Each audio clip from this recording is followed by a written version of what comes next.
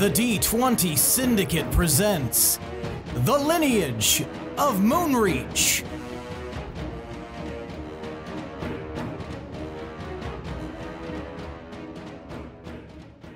Welcome all to the very first D20 Syndicate AMA.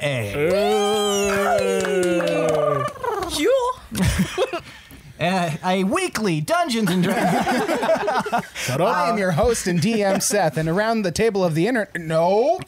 Well, actually, we probably should do that. I'm sure you guys know who's who, but maybe you don't. So, I am your host and DM Seth, and around the physical table, we have our players. I'm Billy, and I play Willem.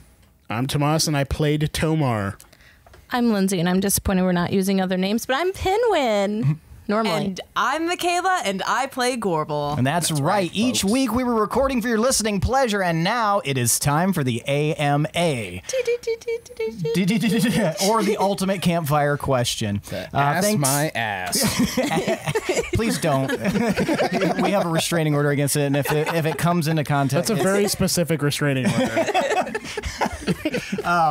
But yeah, so once again, thanks for tuning in, guys. We really appreciate that. I know there may be some more people coming in here, but I know Dan or Debo, as he is in Discord, is currently locked into a meeting, so he might end up coming in, maybe not. But other than that, a meeting like.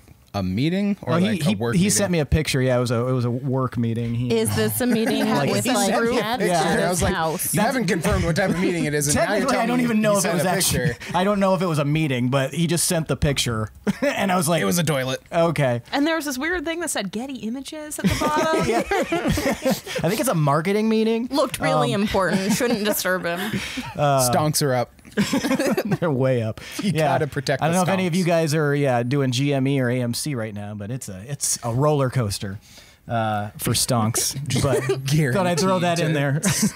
As a Dungeons and Dragons DM, I'm also a financial advisor, and I say buy all the stocks, all of them. Yep.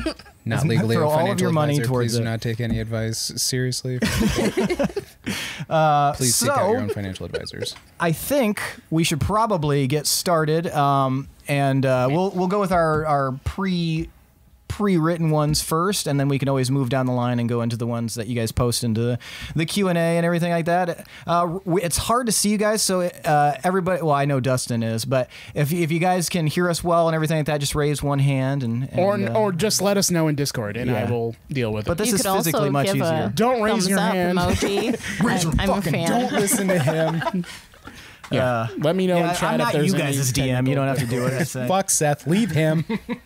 We always raise hands We all are at the table. DM, really. For no reason. Yeah.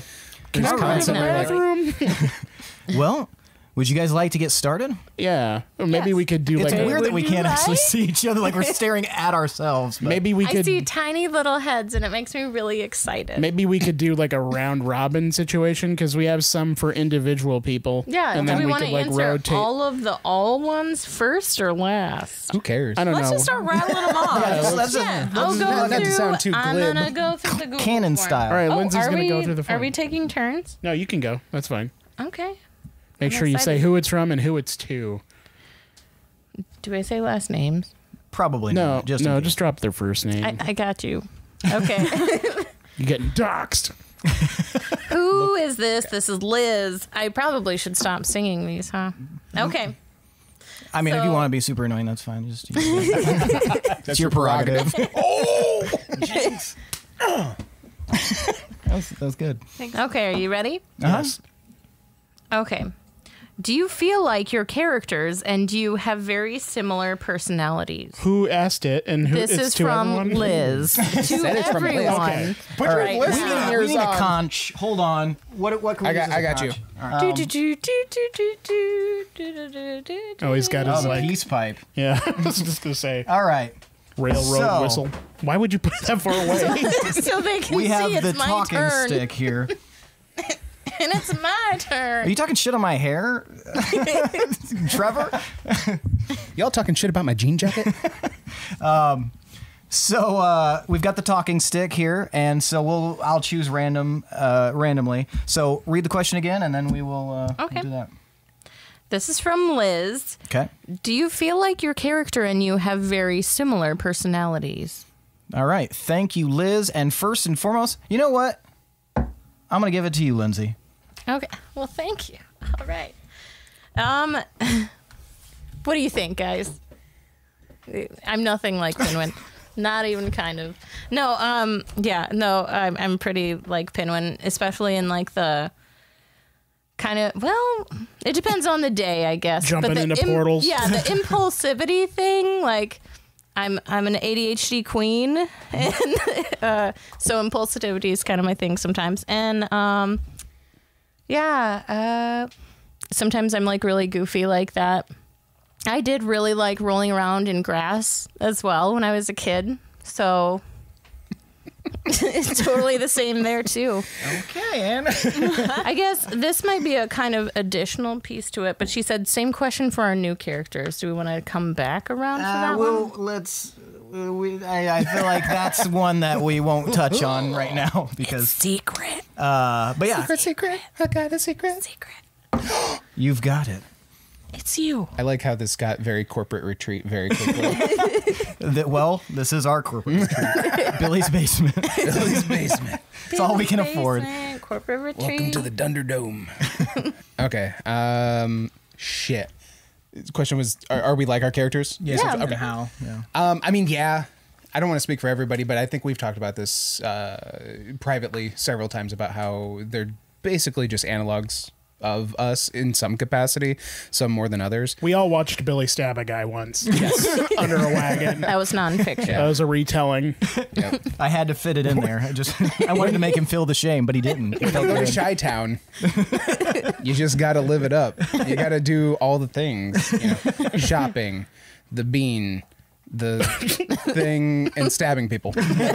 You know? Solid. Catch a Fall Out Boy show before they get big. Lower on the list. Yeah. Patrick Stump. Don't at me.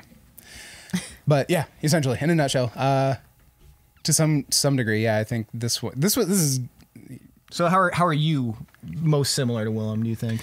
kind of like an elitist douchebag. Checks out. Yeah. Basically, we're just always second guessing other people's not opinions, but like anytime I feel like Tomar would try and come up with a plan, I would be the foil, and that's kind of our real world dynamic. So, How about any positive traits? Yeah. Nope. That's all I got. I'm made of shit. My ability to come up with examples. Yes. Yes, All right. that. Well, cool. Well, thank you, Billy. Yeah. Tomas. Tomar is pretty similar to me as far as like trying to come up with pragmatic solutions and shit like that. I am not very spiritual as a person at all. I don't really think about my heritage very often. Like none of that shit is tied to me at all. But as far as like how I handle situations, Tomar is very similar to me in that capacity. I really enjoyed doing that in a fantasy world, and I'm excited to try something different next time. That's as much as I'll say. So, Okay. Is that me? Mm-hmm. Finally. I'm Michaela. Let's get fucking I real. played Gorbel. Shit, it's the only thing I remember. Yeah. I would say I think all of us kind of based these characters a little bit on ourselves in certain ways, and I certainly did with Gorbel. I would say that Gorbel is very neurotic, and I can also be that way a little bit. I think we chose some of our less favorable qualities and some of our good ones and kind of played those up a little bit. I didn't even And I don't have to mean answer that question because there's too many. They're all, Yeah, are you they're like all you, aspects Seth? of me.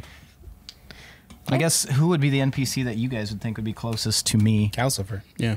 Yeah, The dancing. We've talked It's about like this. the exact same I with thought the that dancing. was a joke every time.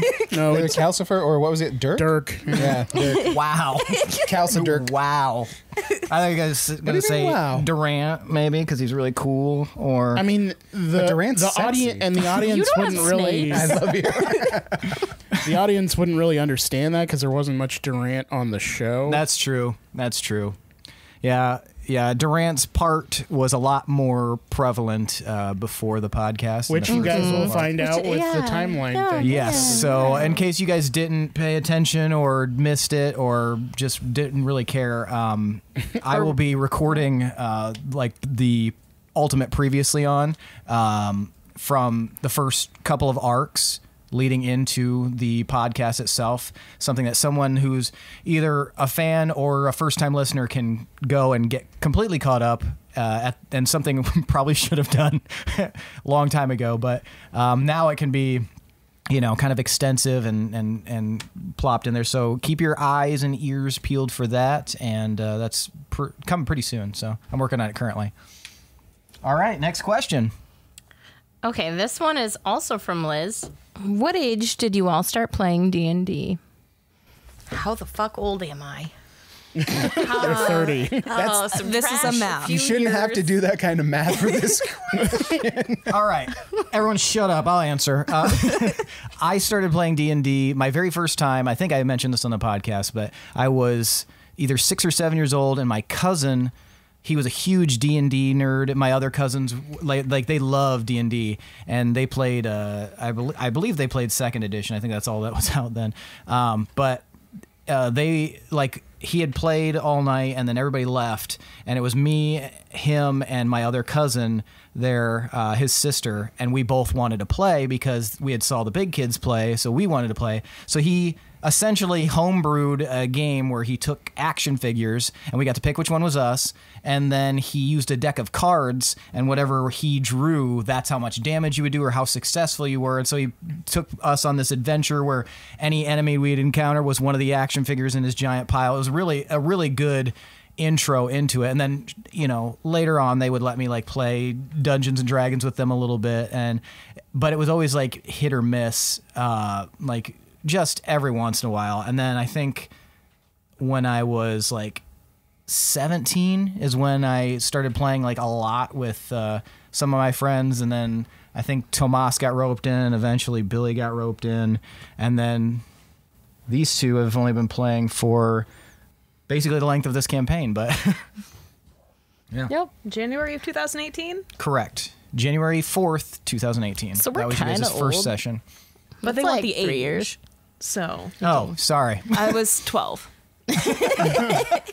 My first time was with Seth. In high school, he did Kung Fu, and he convinced me to go with him to Kung Fu. Mm-hmm. And right away, they were like, okay, we're going to run for 30 minutes. So I was like, nope. And I just waited there for them all to get back. And then after they all did Kung Fu, we went back to the instructor's house, and we played D&D there.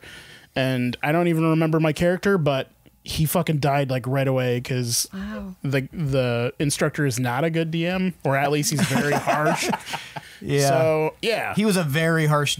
My very first session playing with him, my character died in the first 20 minutes by falling down the stairs. He kept making me do saves as I would hit each stair, and I died before I even reached the bottom. I was playing a monk, too. That's so embarrassing. That's He was because I was in a fight, and I was fighting some enemy, and he knocked me down the stairs, and then he just was rolling handfuls of dice every time I hit I actually some titanium ass I think he invited you over to kill you. Yeah. I mean, he's a malevolent god. Yeah. In D&D, but yeah. I mean, use a gun. Way easier. Shoot the Dodge stairs. Yeah, Kung Fu this. Can't you just kill me? Anyway, next question. Yeah. Okay.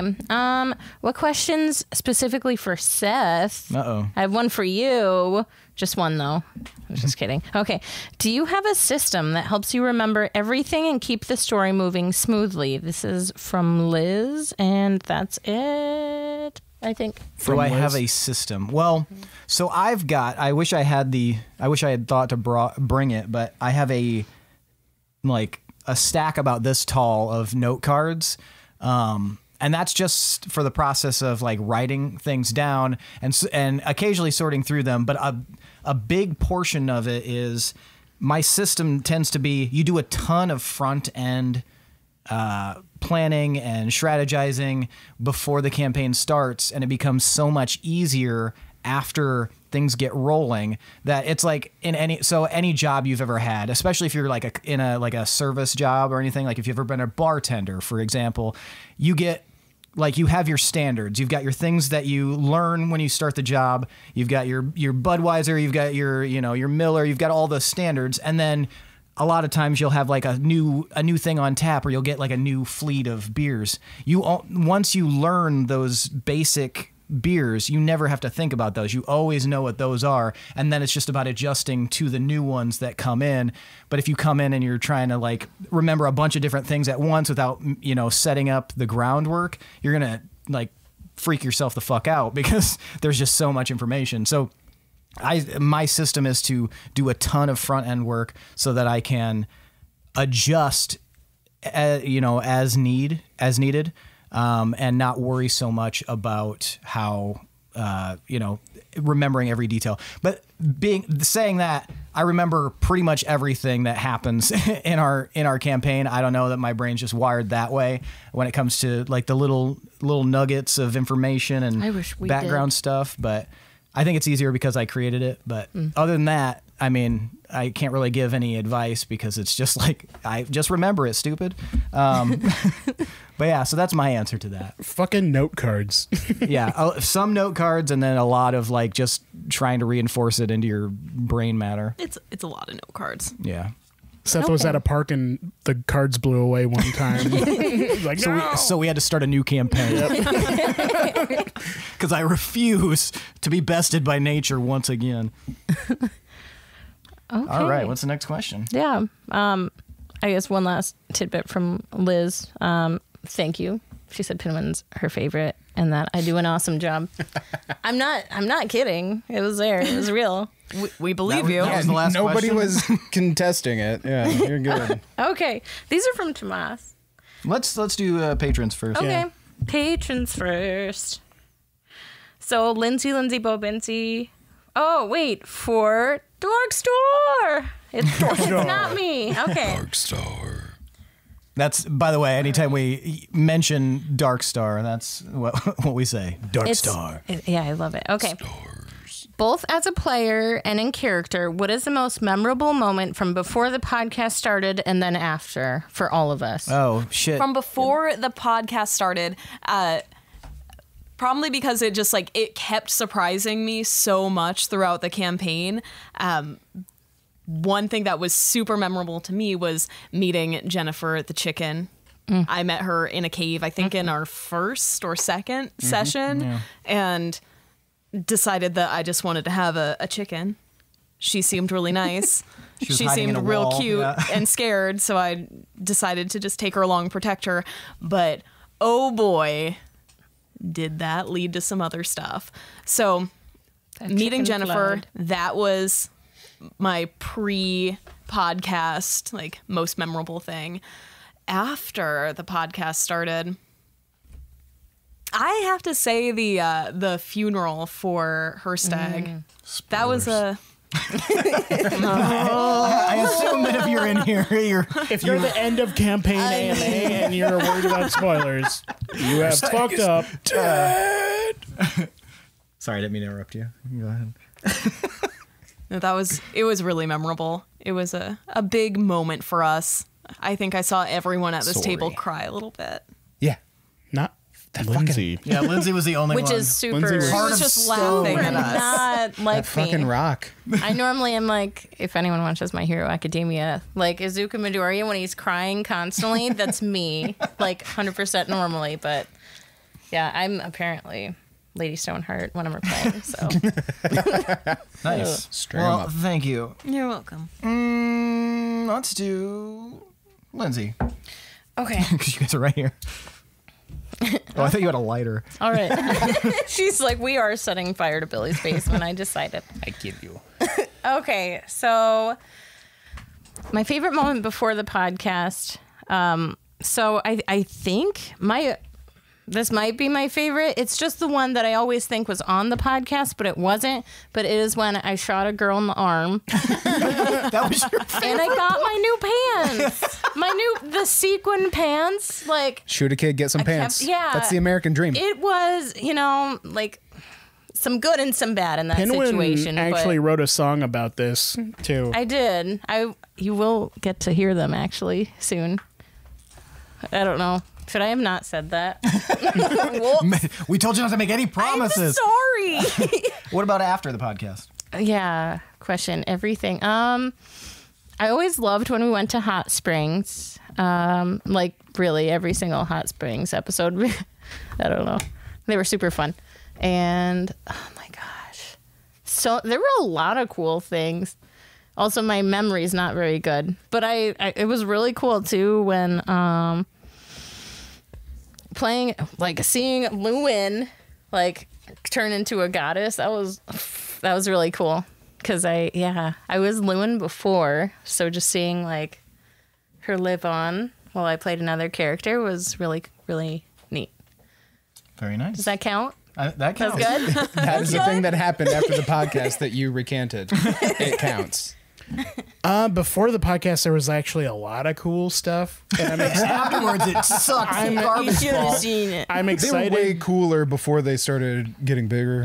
I'm excited to listen to the timeline thing again because there was a lot of cool stuff. But one thing I'm remembering right now off the top of my head is Starhost was getting sieged, and we had to formulate a plan together to stop them. And we spent like a bunch of time like planning where exactly everyone went. We cast a spell on Shadow and made him huge, and made him plow through a bunch of soldiers and stuff. And played Hungry by the Wolf. Or Hungry Like the Wolf. Yeah, we As were he's plowing using through everybody.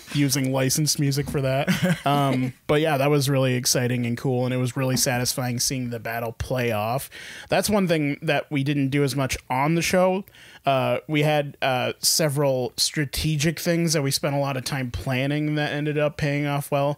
I would like to get back to doing stuff like that at some point, but on the show, probably the rekindling the Soulforge thing, because that was all what Tomar was trying to do the whole time. The switcheroo that Maria did when I was like ready to sacrifice myself, but she like pushed me back and That was so rad. went into the Hall of Champions. Really cool. Falling into the light, growing the beard, just all that shit was super tight. I loved it. All right, Billy. I also love a lot of the strategic stuff that we did prior to. I mean, I feel like we tried to do stuff on the podcast where we tried to plan, but it always just ended up being like, all right, shut the fuck up. We just need to go. Well, I do think that power creep is a thing. Like the stronger you get, the less you really have to be Exactly. strategic. Exactly. You're like, you know what? Fuck these guys. Let's whoop their asses. Exactly. And that's what one of my favorite things is. One of the earliest things that we did was basically home aloneing the siege of Moonreach when we were still That was like the children. second session. Yeah. And we fucking planned so much stuff.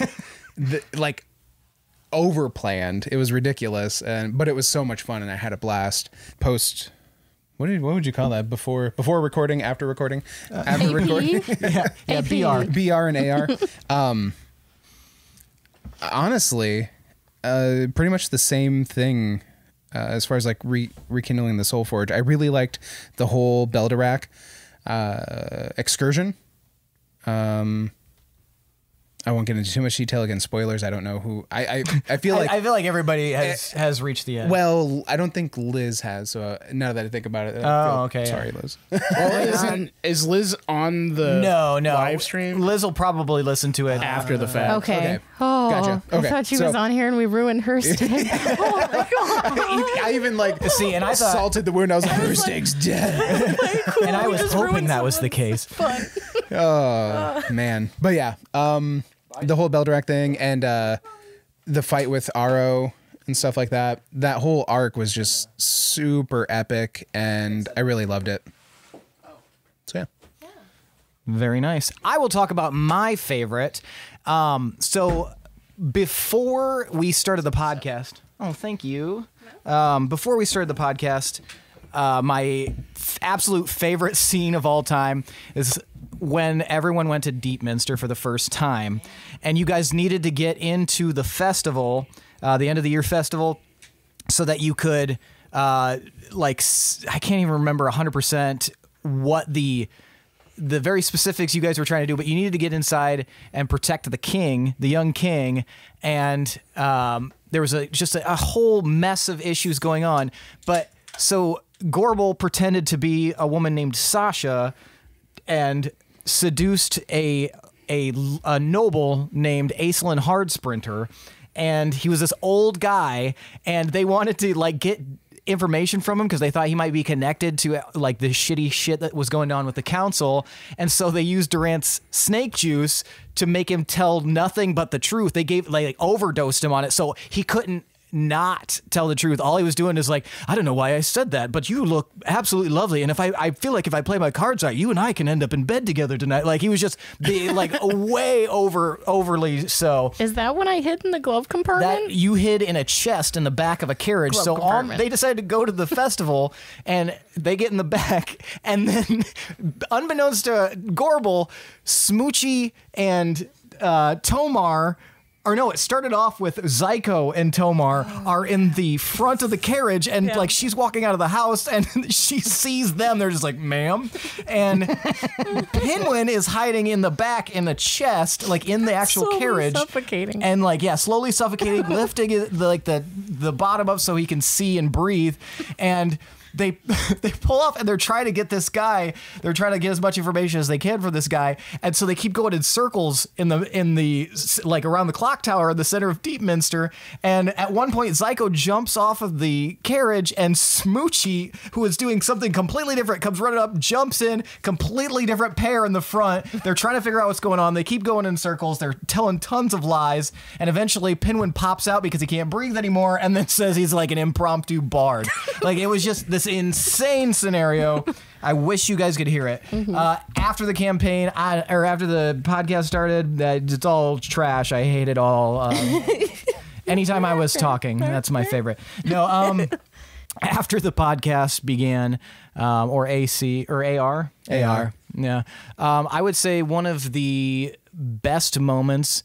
I feel like, yeah, we've got the funeral, but pretty much any time that people were being like, for the most part, the players are very goofy and very like, they're just joking around. But anytime that like serious drama happens as a DM, like watching that unfold and just kind of sitting back and allowing that to happen is very nice. Like I just like the other day re-listened to the Father episode where Lewin is, chosen, and everyone's like arguing about what to do, and Willem is just like you can hear his emotion in his voice, and everybody's just like at odds on what to do, and eventually it happens. And then shortly afterwards, that's when they made up the whole Mort's Port Shorp thing in the tunnel, which was fabulous. So just that dichotomy, the yin and yang of the role playing. Those are always like my favorite parts. But yeah, like those specific emotional moments. Those are always my favorite.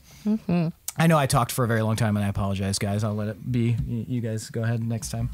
I like those. I didn't even have the conch. Rude. You broke the rule. What's the next question? Okay, next question is also from DarkStar.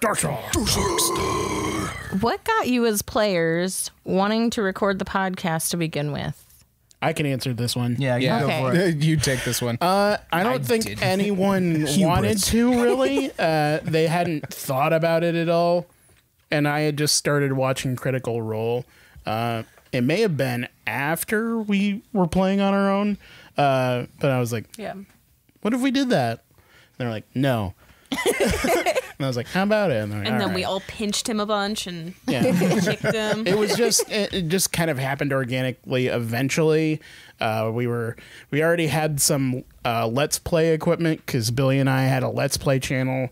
So I was like, we might as well use this shit. So, I mean, it was mostly my idea, but then everyone else like did their thing and became part of it. So Yeah. I'm glad you kept pushing. yeah, It's been really been fun. awesome. Yeah. Just Okay. keep pushing. And okay. Oh my God. Yeah, this is a great time to go over the ones I have for you, Seth.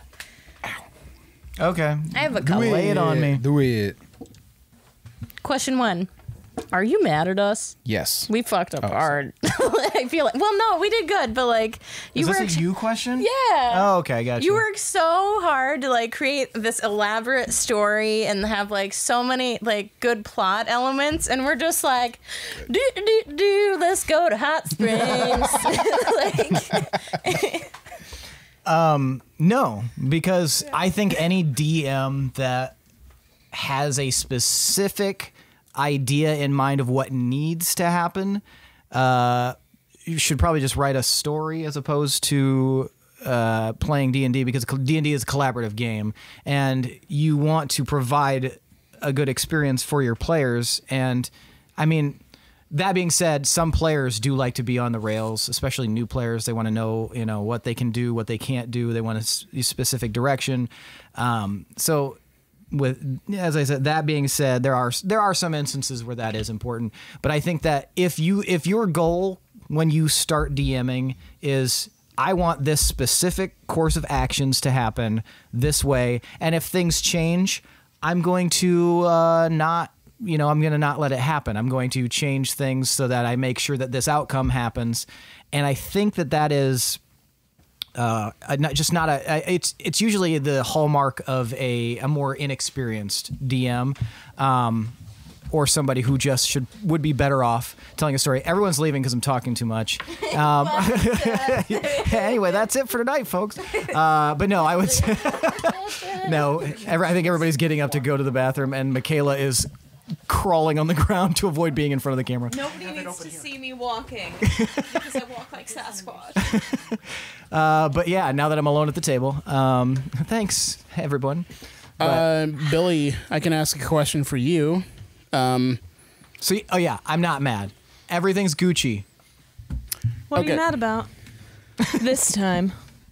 All right, Billy, here's a question. Okay. What was your plan for going inside of the great adversary's mouth? Oh, so it's really dumb, as with pretty much 99% of my entire existence. So when I was a kid, I loved Jurassic Park, and we're going deep dive in this one, but I'm going to give you the Reader's Digest version.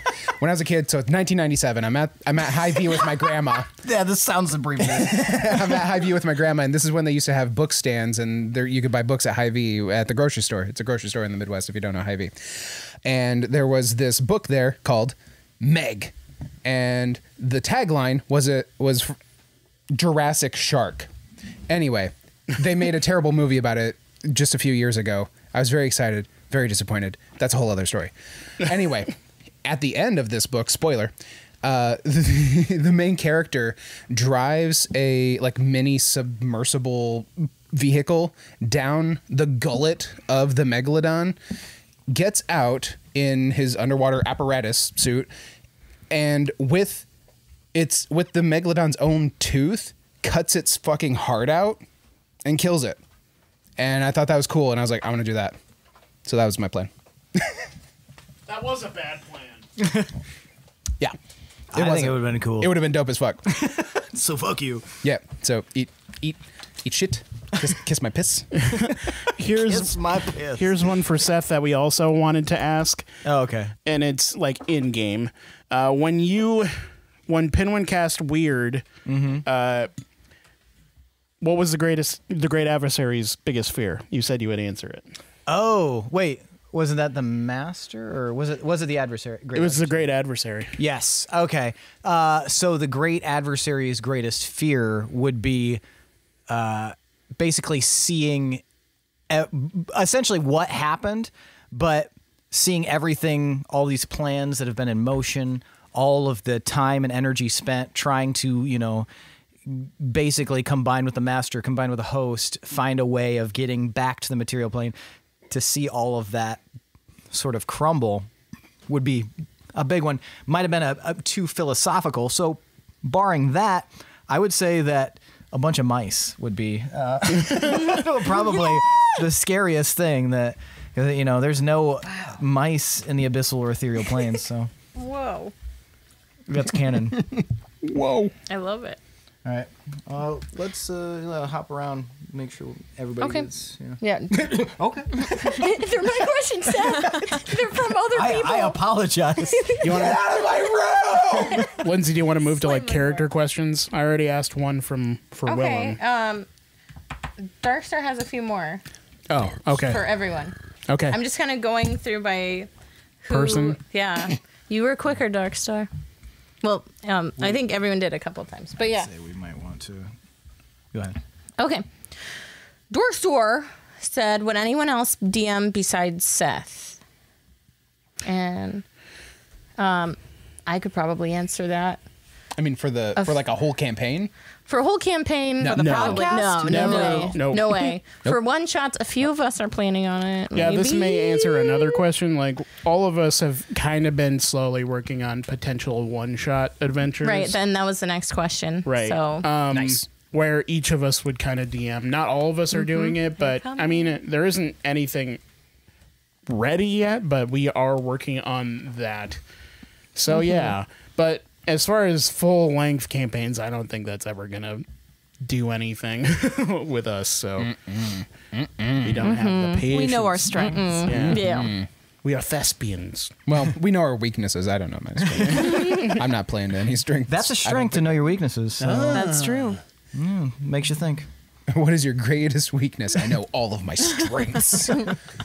All right. What's another question? Okay, so the next set of questions, or at least one of them here, is coming from the pool boy. ... Giggity. Nice. Also, Wonder who Trevor, that is. being a DM isn't being the bridesmaid; it's always being the bride. So keep that in mind. Okay, and questions for all the cast from Pool Boy is: what will you miss most about your first campaign characters? Oh, All right, Oh, pain. Billy. warp dagger. Done. One Wow. and done. Tomas. One from the So, outside. Tomar was very fire thematic wise, and I'm probably not going to make another character that does as much fire stuff. I just love fire. I think it's cool. Fucking pyro. Yeah. And I don't know if I'll do another dwarf. I want to expand my horizons, but dwarves are like one of my favorite fantasy races. So probably just helping Seth create the lore for the dwarves and the background for the deity and stuff was my favorite thing. I want to add to that. I also just recently listened to the Beldrock episode, and the lore that we had worked on coming to fruition right there. Like that was a good fucking episode for lore. Yeah, dude. And Tomar being super salty with everyone because he was way excited. Way excited. Everyone else is like making fun of it. Assholes. Yeah, go ahead.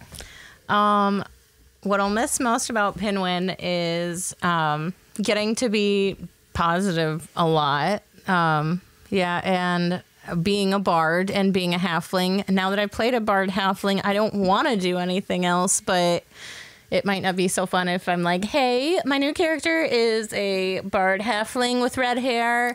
And so, yeah, there's a lot I'll miss about Pinwin. But, yeah. What will I miss most about Gorbal?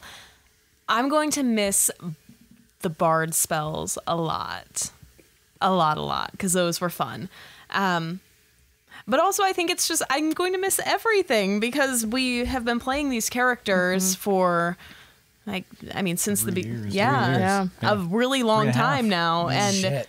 very, very regularly and for very long periods of time. Very long I periods don't know of how time. to stop you. So now it feels like it's kind of like a little part of myself. And now I'm like, well, where do I go from here?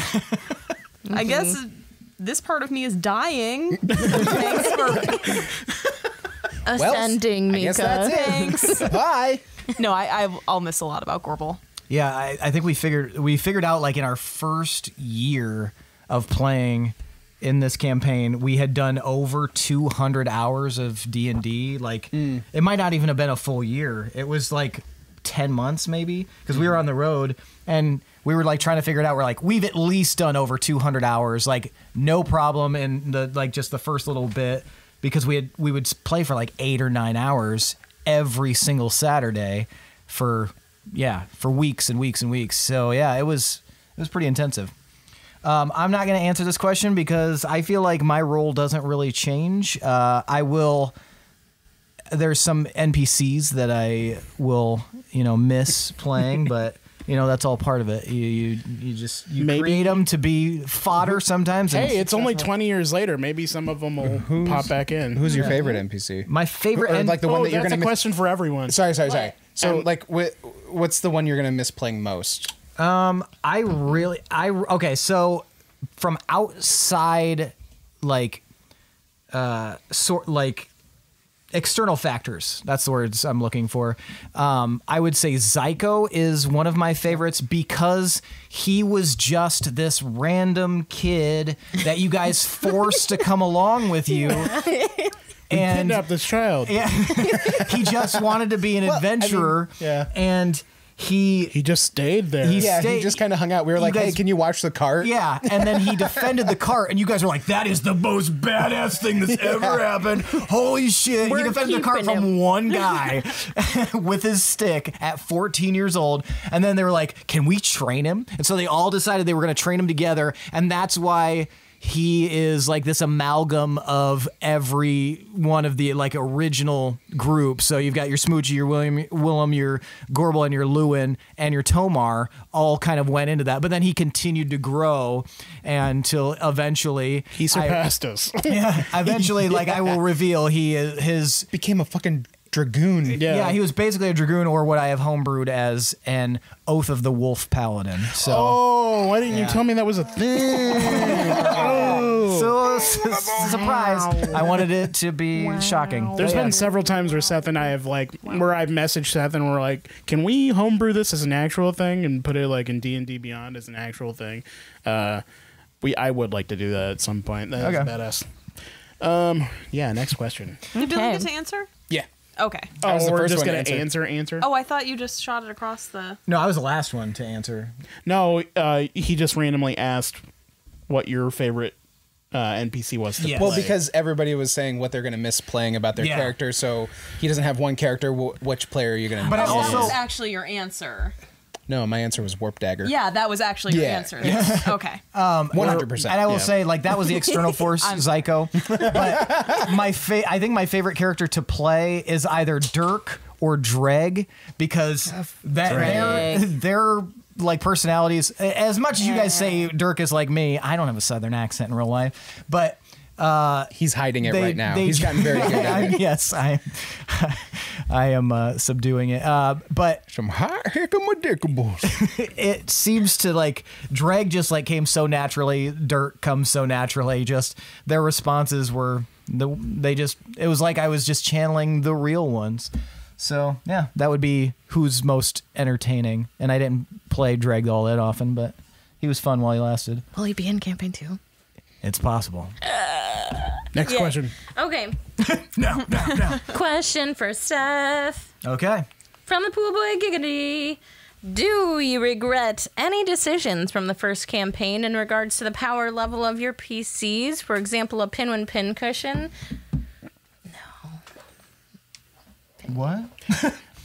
He's asking about how strong we've made the you made characters. us so strong. Do you regret anything about that? No, because at a certain point you have to, if you get to level 20, you have to keep raising that ceiling. Otherwise, your players aren't going to have fun. I mean, they'll have fun with the role playing aspects, but it's also fun to implement new boons and things like that to allow your players to have that growth without going beyond level 20, because the 5e mechanics for beyond level 20 do not exist, or if they do, they're very paltry.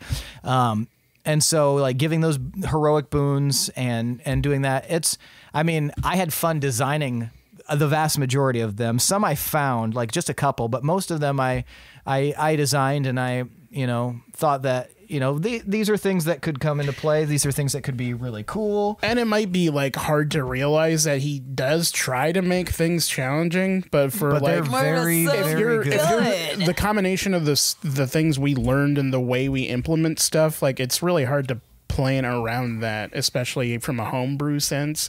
Like he definitely play tested like the beholder fight, for instance. He play tested that with multiple people, and they like all died. Yeah, they whooped that beholder's ass. Like, I'm dead serious. I play tested it with a DM friend of mine and two other people that were like really good friends of his, and he literally, after the fight, messaged me, "Fuck you," because like, I wiped them out in round 2. Round 2 is I killed them, and then these guys, of course, I was like, ugh, I am really worried about this, and then they just fucking destroyed him. So we're Mr. Magoo in our way through. Pretty fucking much, yeah. Because you told us that. You were like, yeah, I play tested and I fucking murdered 2 different groups, and so we're like, I'm terrified. Oh no! And I don't know. I think Tomas and I definitely we were discussing it a lot. We had like a separate chat outside of our podcast chat without Seth, and we were all discussing different beholders and like, so what if he does a death tyrant beholder and stuff like this, and like we just kept discussing and like trying to come up with a game plan before the next session. And I just remember like the night before we were all just like biting our nails like, fuck, we're all gonna die, man. Game over, man. I think part of that, though, is that we have been playing with each other for so long in these characters, so we kind symbiosis, the synergy. Yeah, we can kind of count on another character to step in certain areas where we know that we are a little bit weaker. Exactly. So we kind of have a bit of just an understanding of everyone's role. Yeah. Typically. It's like the Turtles. Everybody knows what everybody's doing. Turtles? Yeah. We are the Ninja Turtles. We are the goddamn Ninja Turtles. We're definitely not going to have that next time, though. So I know. So, I mean, get ready. We're probably going to die. Yeah. Total party wipe, episode 4. Yeah. Spoiler alert. All right, what's the next question? Okay, this is from M for all of us. So first, what are your best tips for running a virtual game? Well, I will say from a DM perspective, Don't. I would say from a DM's perspective, if you know the players well, that makes it so much easier. If you don't, and I've hopped in on games with people that I don't know very well at all. Be ready for that disconnect even more than like playing with a group of strangers at a table, because there will be people who will keep their screens off. There will be people who barely talk. If you're DMing, you're going to have to do a lot more threading the needle. Like, and Joffrey, what are you doing at this moment? My name's Kevin. I knew that, you idiot. But That's what you're supposed to do. as far as like how we've done it, be dedicated as fuck to working through any technical issues, because you have no idea. Like, you guys hear the final product, but the hours, the cumulative hours that have gone into like troubleshooting issues. Here's a fun side to that. Guess I'm done talking. If anyone guys. was wondering, we had a whole episode that we lost. We lost a whole episode. The only time it's happened, though. It happened one time out of all these episodes, but I think it was the one we went back in time in Moonreach. So all of that we had to like react to, and it's just such a big crestfallen feeling you get when you're like, there's no audio, and that shit can just happen. And that was my fault. So I take total blame for that, because I didn't. I either exported it wrong or I didn't do something properly, and that was all on me, because everybody else's stuff was there, and it was me and Mika's stuff that was not there. Yeah, I remembered. Now I'm like mad at you. I have never felt worse in my life. And since then, I'm the only one who's allowed to export. Yeah, I always ask her to. I said I was gonna say make, but essentially I'm like, please fucking export it, because I'm gonna do it wrong.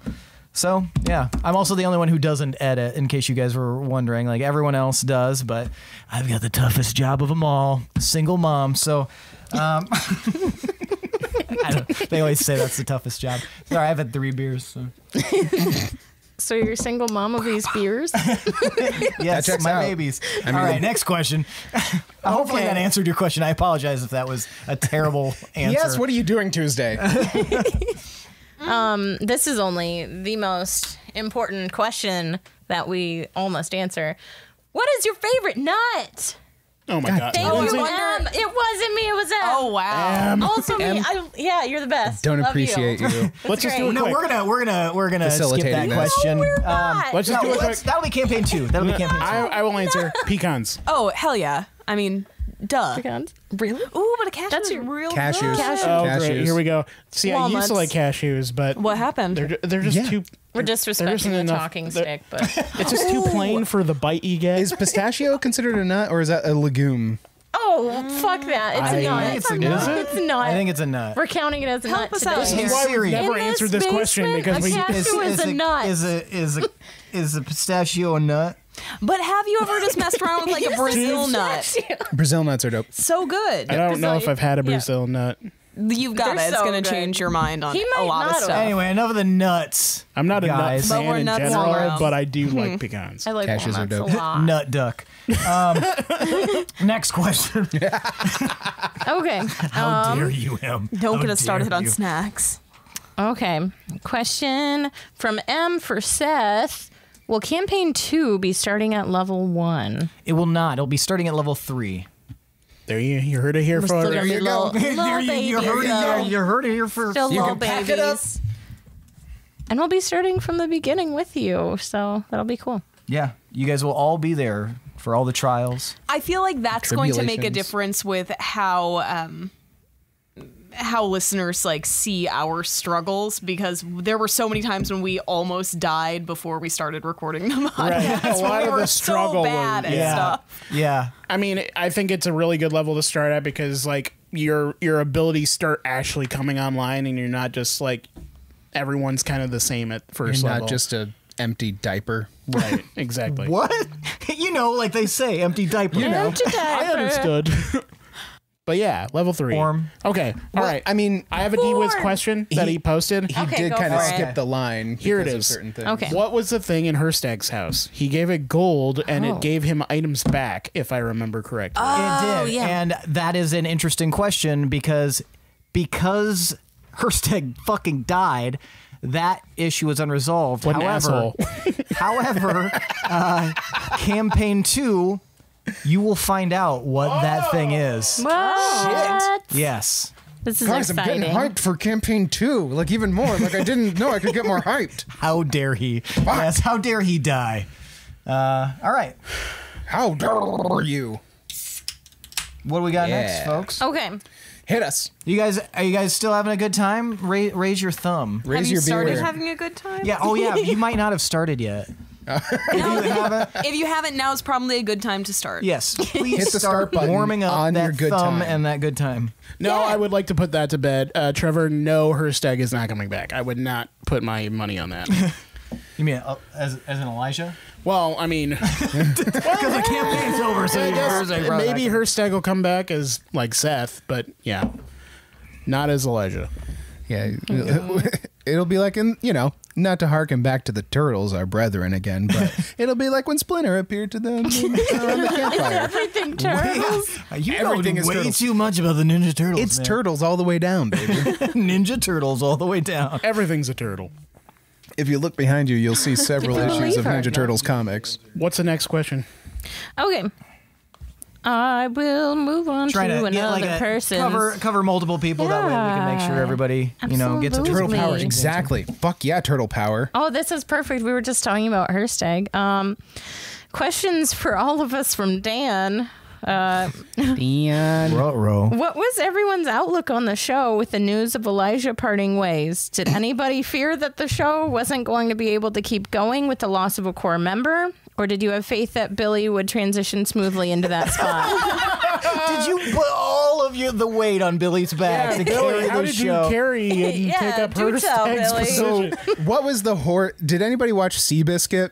No. What horse I came tried in not last to. place in the last race? Because that's Billy, and that's the horse that they bet on, and they fucked up. I think Elijah leaving when he did worked out okay because Willem had been around long enough. You know, like the transition wasn't like replacing him, but you know, like he took up a space that Herstag would have left. I guess, yeah, coming at it from like a show standpoint, it could easily be viewed that I was like the transition. Right, I'm the new character. You know, gotta plant my flag kind of thing. And for those that of wasn't you, it at all. Like, I'm sure you guys have kind of put this together. I don't know if we've ever explicitly stated it, but Willem and Billy was there at the very beginning of this campaign. He was gone for a little while, and then we eventually came back as Willem. Willem was his original character. The woes of the world. Yes, the woes of Willem. So the woes of Willem's world weighing heavily upon.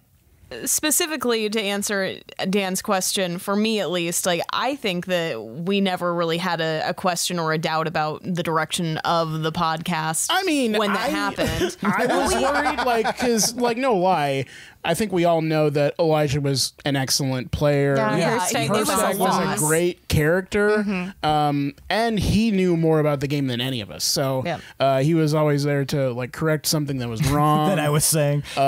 He never edited though. He did not do that, but he did know his shit. So yeah. But my He was point our is that original rule miser. I think immediately we all kind of just sort of decided that we all still wanted to stick with it, even with a disruption or even with something unexpected. The camaraderie. And it allowed for one of the most memorable episodes we ever did. So. Yeah. No, that was I honestly, it was kind of, we weren't anticipating it, but I feel like we did a good job, like, considering it like, kind of took us all by surprise, and we were like, shit, but yeah, I think. Yeah, it was definitely sad.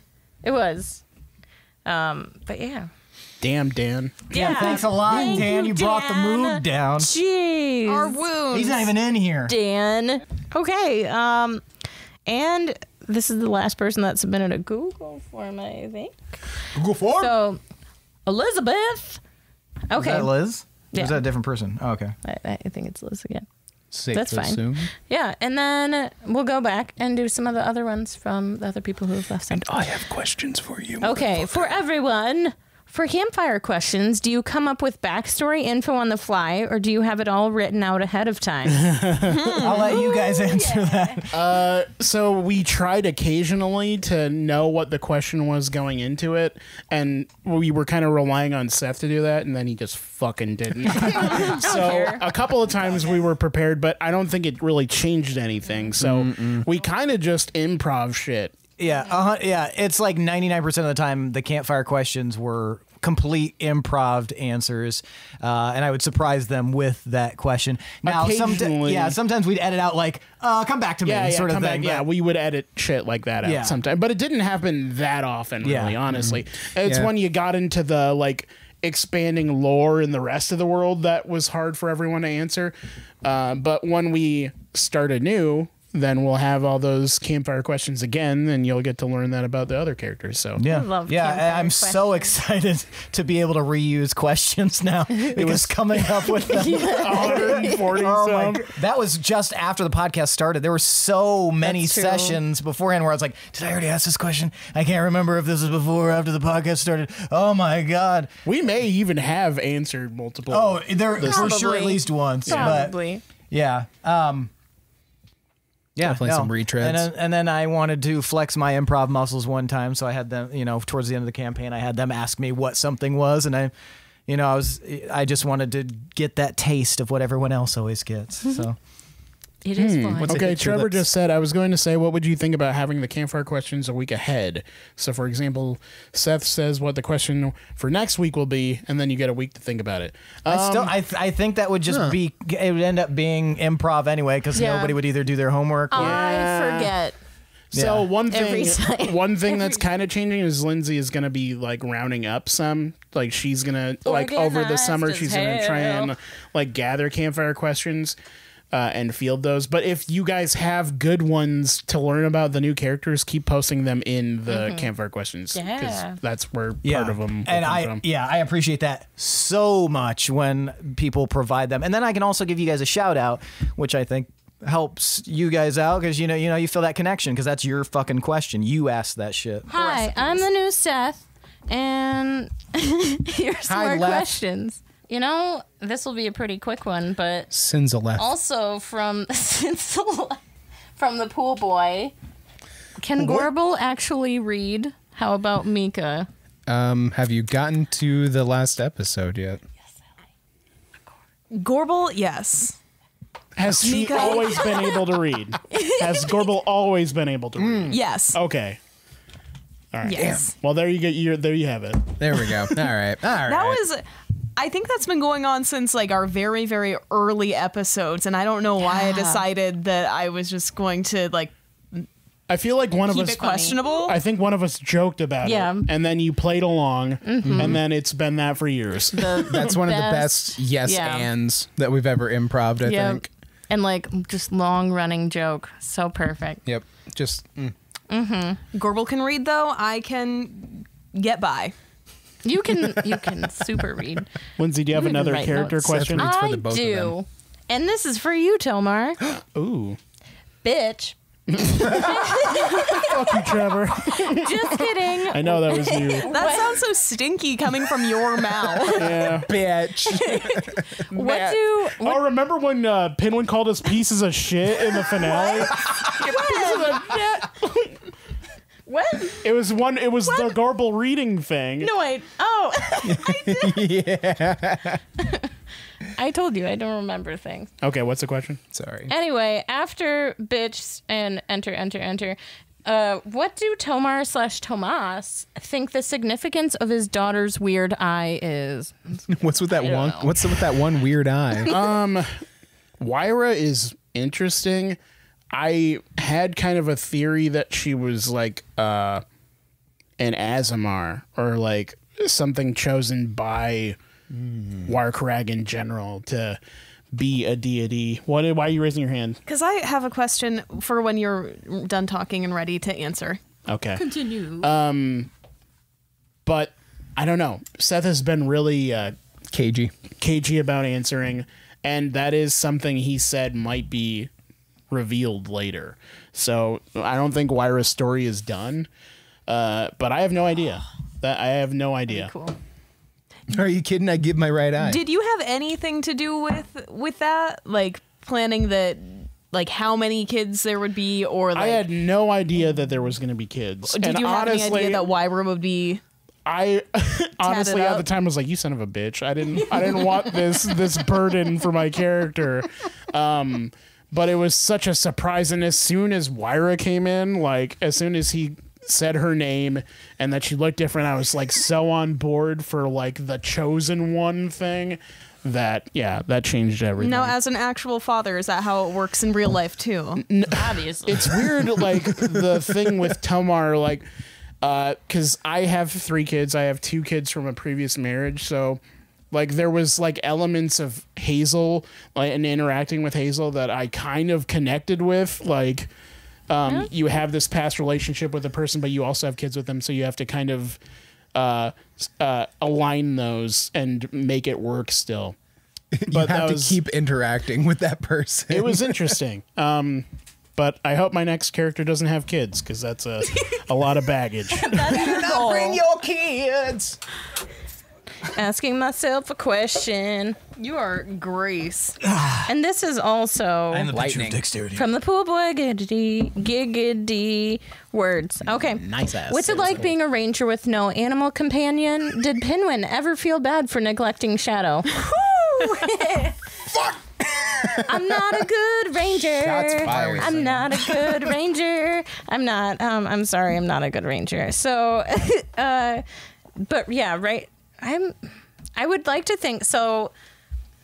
I mean, we don't know what happens to Pinwin after, but keep in mind he did have a little snake on his wrist that maybe it could like That thing is so dope. have this new connection going on. I literally don't even know.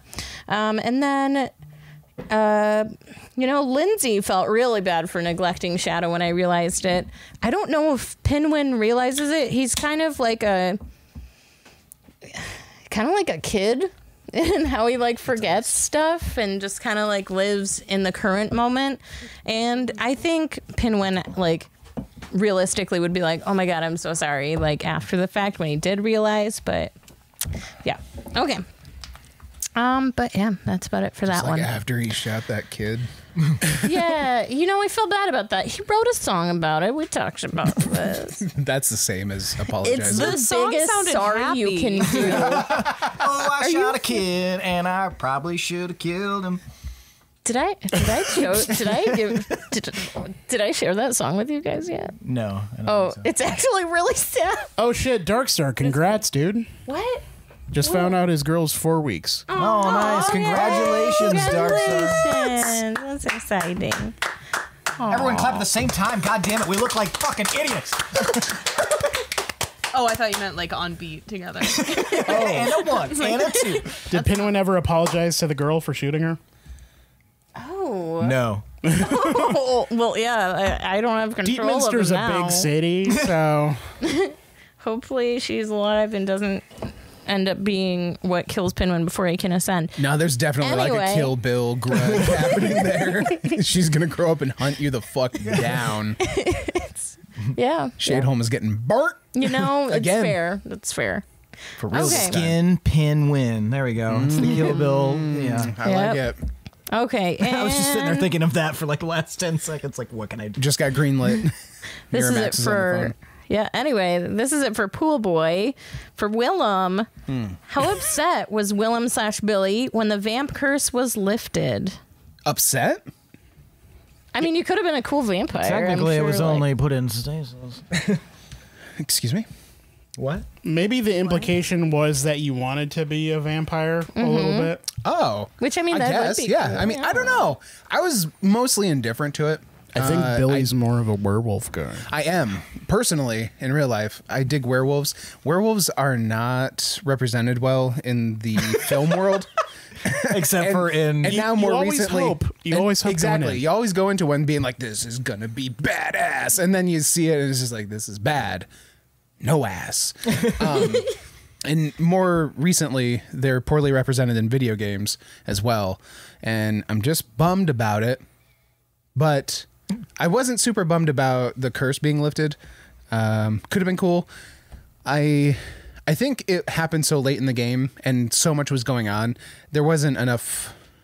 I don't want to say there wasn't enough focus on it, but there wasn't. I didn't have a lot of the negative effects. Yeah, I if, guess. if there had been, if it was like level 7, Right. that would have been, yeah. But at the same time, it's like, these vampires are, the one thing that did end up being like kind of annoying was Master's control. over Yeah. When they were like, "This hurts you," assuming control.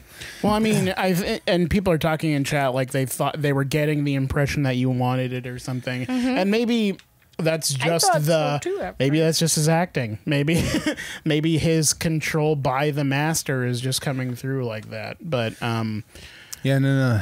I mean, I thought it was cool. I thought it was super fucking cool when I got bit and you were just like, this levitating werewolf gave you vampires. And I was like, what the fuck is this? I gave him so much shit when he did that too, because he like warp daggered to her and was Yeah. like basically like, "Eat me, bitch," Eat me.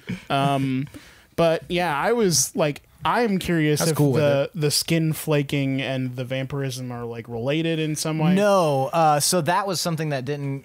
I only revealed Because that was the thing that I was hoping to cure Yeah, for him. that was cured. That was the abyssal sickness. Okay. And it's because he entered through the abyss into the ziggurat, which is technically in its own kind of like pocket. But that's, that was something that he was not protected against. It took down his HP. It gave him some negatives. It gave him some positives. But yeah, only he was aware of that. So that's a little reveal that he was holding on to. But yeah, he had abyssal.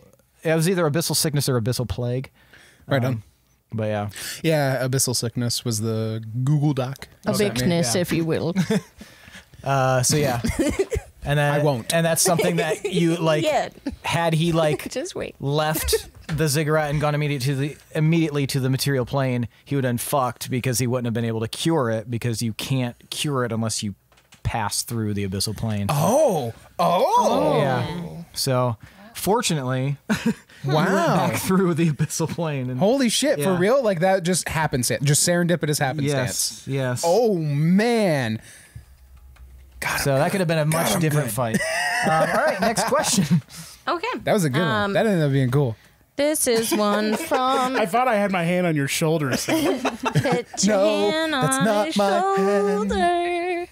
Okay, anyway, this is from M, and it's for Gorbel. Gorbel, what was the worst part of being queen / ruler / leader / head bitch in charge? And how about the best? I was not expecting that in the slightest, and I actually felt like kind of a sinking feeling in my stomach when you said that, because I don't like responsibility. No, I would say that Gorbel just has very little interest in doing any of that, like being someone that people really look to for guidance or for telling them what to do or giving them direction. So just feeling that pressure was the worst part. Is that why you no-call no-showed?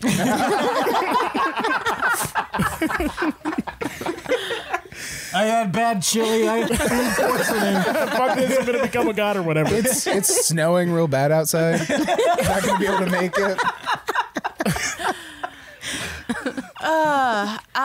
The best part, though, was I also, since it was pretty unexpected, I had to start thinking about how I would actually react to that and what I would actually do with that kind of power. So the best part was that I had an opportunity to actually like formally acknowledge all of the terrible shit that happened to the hobgoblins.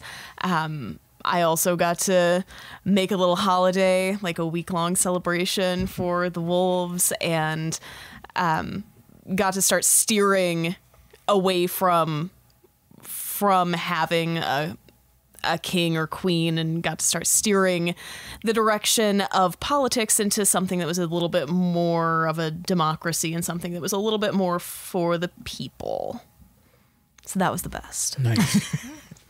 I'm really curious to see the state of Valdel now. It's a mess. Me too, buddy. It Me didn't too. work.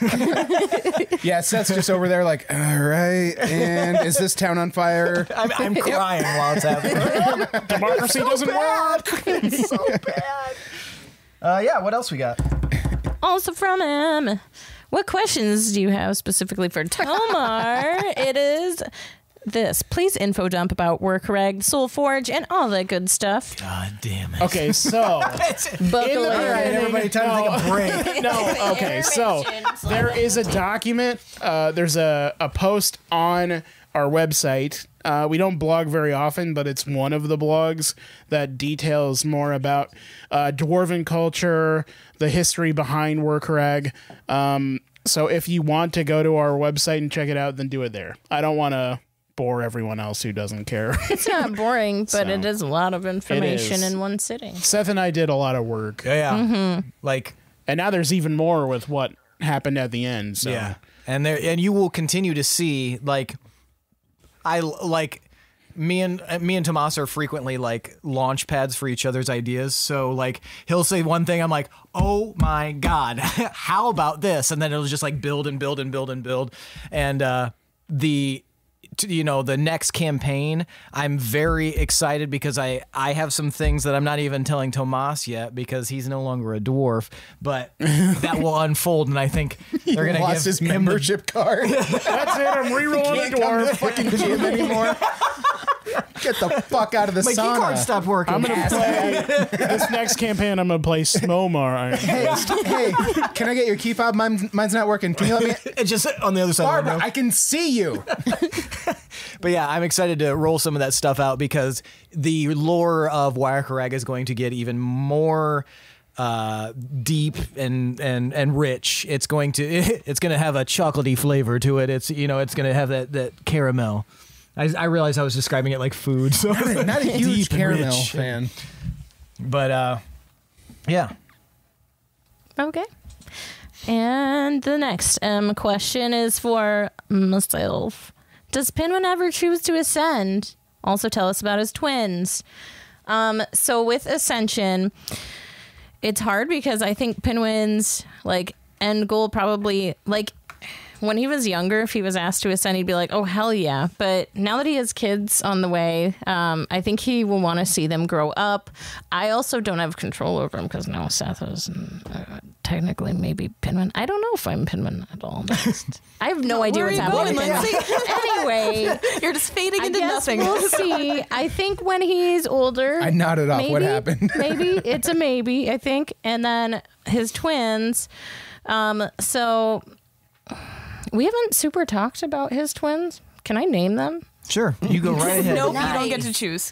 Okay, what? You have Seth to name them names right your now. own But yeah, but if you're gonna name them, please do it now or later. Yeah. Revisit. Yeah. We don't want to sit and watch you think about their names.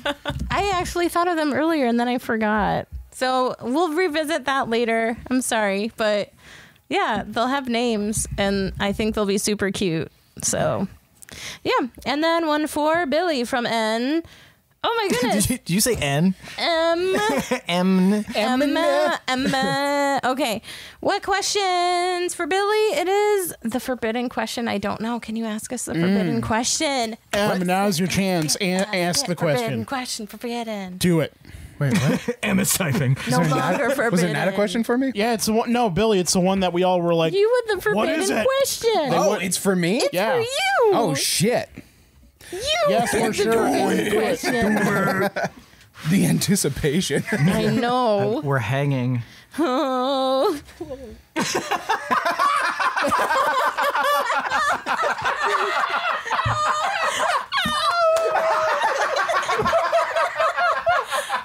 Do you guys want me to take this one? Feel this, Mika. That bush, man. Shit went down in that bush.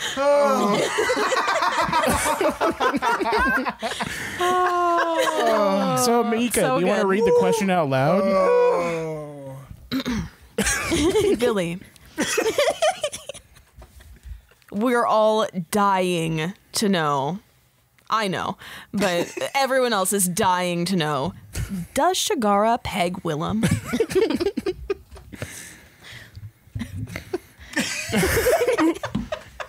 I mean, once you have a warp dagger, all bets are off. A gentleman never asks, and a lady never tells. All right. So we're stuck in a conundrum, in a paradox here in the Did normal, something get stuck I in guess your usual conundrum?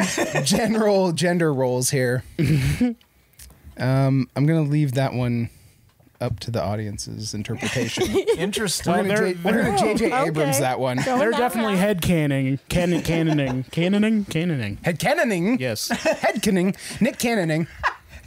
That's a fucking hell yes. Only on his birthday. Yeah, it's a once a year thing. She hates the cleanup. Boy, Anyway. I'm getting a little hot under the collar and everywhere else. No, it's just because you were right under the light. They get real hot. Anyway, Lindsey, is there like another? Hey, Seth, question for you from Dan. God damn, I'm fucking Dan, dying. just message me. Seth, why so handsome? It doesn't make sense. Wow. Also, how difficult is it for you working with a box of cats that constantly stretch out or shatter your plans? Well, I guess, I mean, I don't know any different. I've always been this handsome. So I'm the worst person to ask about this. But as far as the box of cats, I mean, you know, much like a box of cats, forging this campaign is like finding a box of cats on the side of the road and then, you know, taking them home. Your look was like, oh, fuck. No. And I then don't like taking where them lots home of these stories and- about finding box of cats ends with you. and nurturing them and getting them to do their own thing until they eventually, they're all over the house. They're doing their own thing, and you can't get one of them off of the ceiling, and two of them are fighting, and you just decide, you know what, cats can take care of their fucking selves. I'm going to the bar. So, to answer your question, Dan, I don't know. I honestly don't think of this as like as a box of cats. I don't know why that is what you said, but because we're like trying to corral cats. Yeah, we're fun and cute and little. And I think that's an interesting perspective that several questions have been about. Like, oh man, how do you like these guys are going off the rails? How do you deal with these pieces of shit? Yeah, but I think the important thing to keep in mind is that you eat pieces of shit for breakfast. I do eat pieces of shit for breakfast, but also keeping in mind that the players, here are not. They are. We're people and can be worst. offended. Yeah. I'm just kidding. Just expect that they're gonna be the worst, and then you'll never be disappointed. No, it kind of goes back to what I said before. Don't plan for specific things to happen. Know your world, know your characters, and then prepare your reactions to what they do, because that's the only way that you can really deal with like 4 extremely creative players who are going to attempt to do whatever they can. And I was telling like Lindsey yesterday when you were because you were working on your one shot, I was like, kind of explaining the different style of players that every person in this, in our group is, and working with that so that you never have to feel like you're literally corralling cats, because the nuggets that will bring them, the little breadcrumbs that'll bring them back to the fold, so they can go off and do their own thing for a little bit as long as they, come back. He knows how to trick us. If you're basically. DMing from an adventure path, you're fucked. You're off that path. Don't play with these guys if you prepare want. to throw that book away. I want to piggyback off that question. Like, I don't know if anyone asked this in the Google document, but what was the biggest surprise that any of us did during the campaign? Like that you just straight up left field weren't expecting us to do?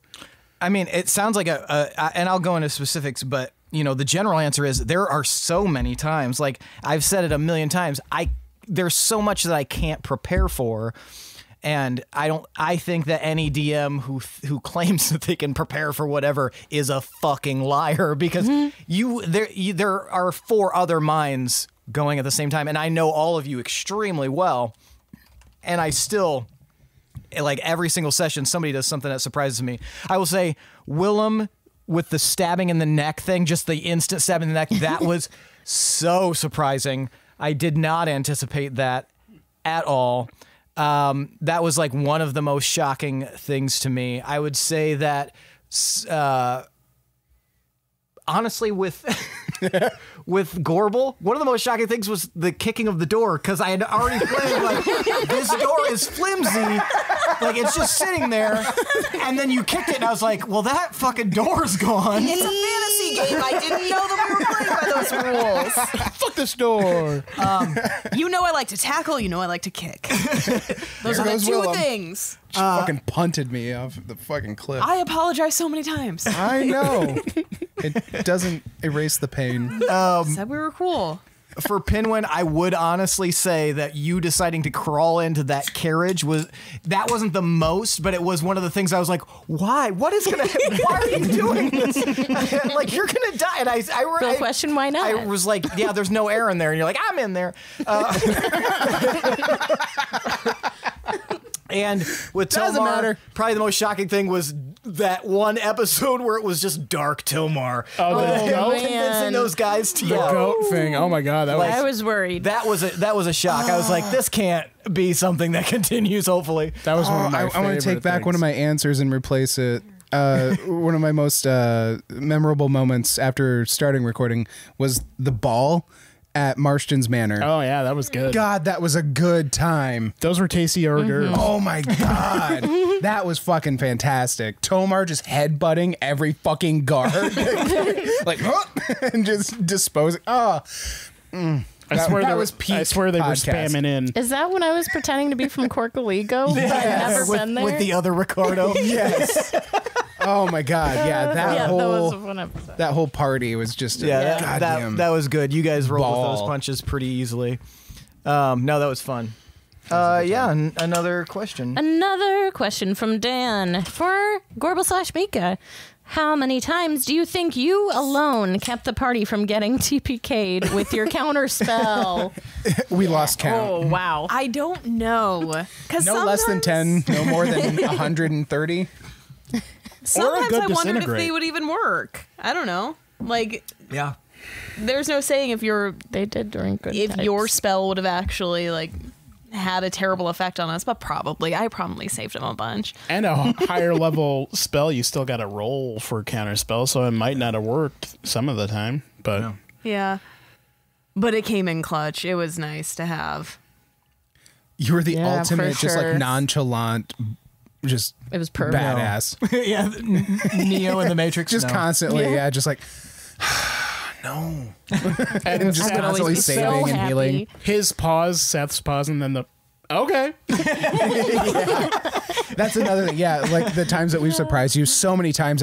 We've like said what we're gonna do in response to like, all right, this is happening, and I've just seen your face just be like, All right. Yeah. or the number of times that you've asked, are you sure? And that always like just makes my stomach do flips. So are you actually doing that, or I know I've asked that like a bunch of times. Oh, yeah. Like, is this a joke?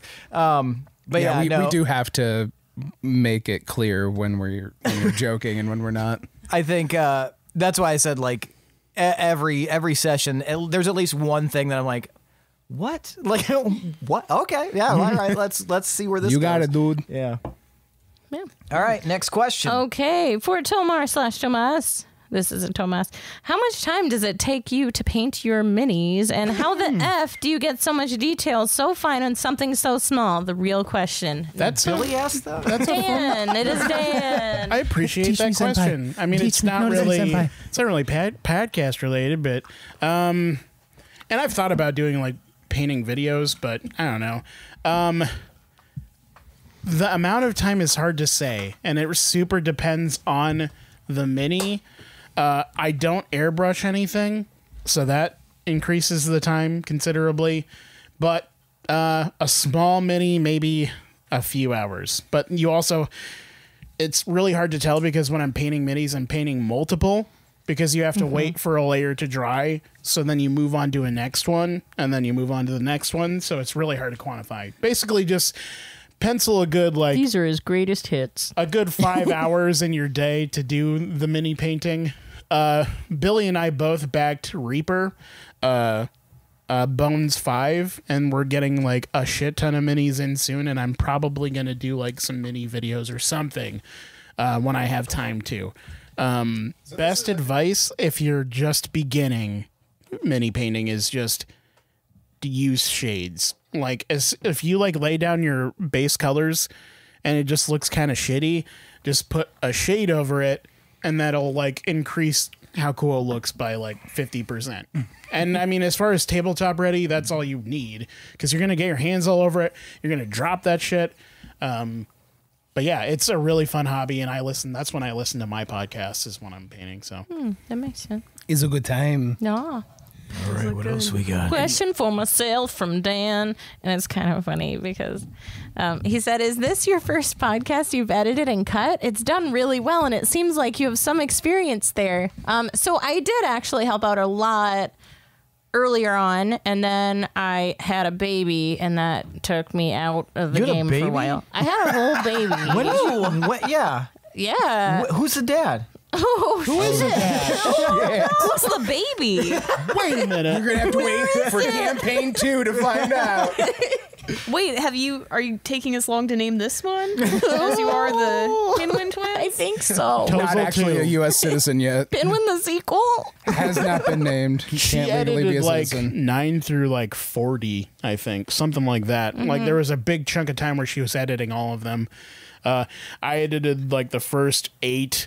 Yeah, because it used to be Tomas, and then it was Lindsey, then Tomas and Lindsey for a while, and then Billy, and then Tomas- Michaela, yeah. and then somehow I slipped through the cracks. Tomas basically I think taught us all. It was I like think. an unwritten or an unspoken like contract. I think we were all just sort of like, Yeah. you have to Yeah, deal we with should us. do it. So like, don't worry about it. Yeah, there was a time when we were still recording that I was going to school still. So it was during that time where like Lindsey was taking up the mantle and editing. But yeah, we've all had our moments where we've been really busy. Now it kind of works like I do the edit the vocals and then Billy and Mika switch off adding like the effects and the music and shit after that and uploading it to you guys. So Okay, yeah. Final Dan question for Willem/Billy. Why you so sneaky? You fucking sneaky. I'm still not entirely convinced you're not the bad guy. Yeah, I know, right? But a real Honestly, question. I'm not either. I think that's a healthy level of Yeah. distrust Yep. for him. Yeah. But a real question. Your characters seem to have the wildest story to me. You were a vampire under the control of the Master and was Mandoran's son that didn't span across the multiverse. Are you going to miss playing a whole unique character like Willem? I mean, yeah, I'm going to miss it. But like you miss a video game that you finally complete, like an RPG, and you're just like, huh. But then like the next one comes out and you're like, okay. yeah, eventually like you love a thing and you get exhausted by it by the end. Like you want to see what other games there are. Yeah. Yep. Yep. All of that. But yeah, I'll miss it. But it was fun. Okay, this is another person, but also I have some suspicions it might be the same person because this one is the ... pizza delivery boy. Okay. Okay, giggity. Okay. And we answered that one. Question for Seth. Just spilled beer on myself. How much of the first campaign's encounters were homebrewed creatures, rough percentage-wise? Oh man, Any not- 98%. Yeah, any not homebrewed? Yeah, I mean the beholder encounter was not necessarily homebrewed.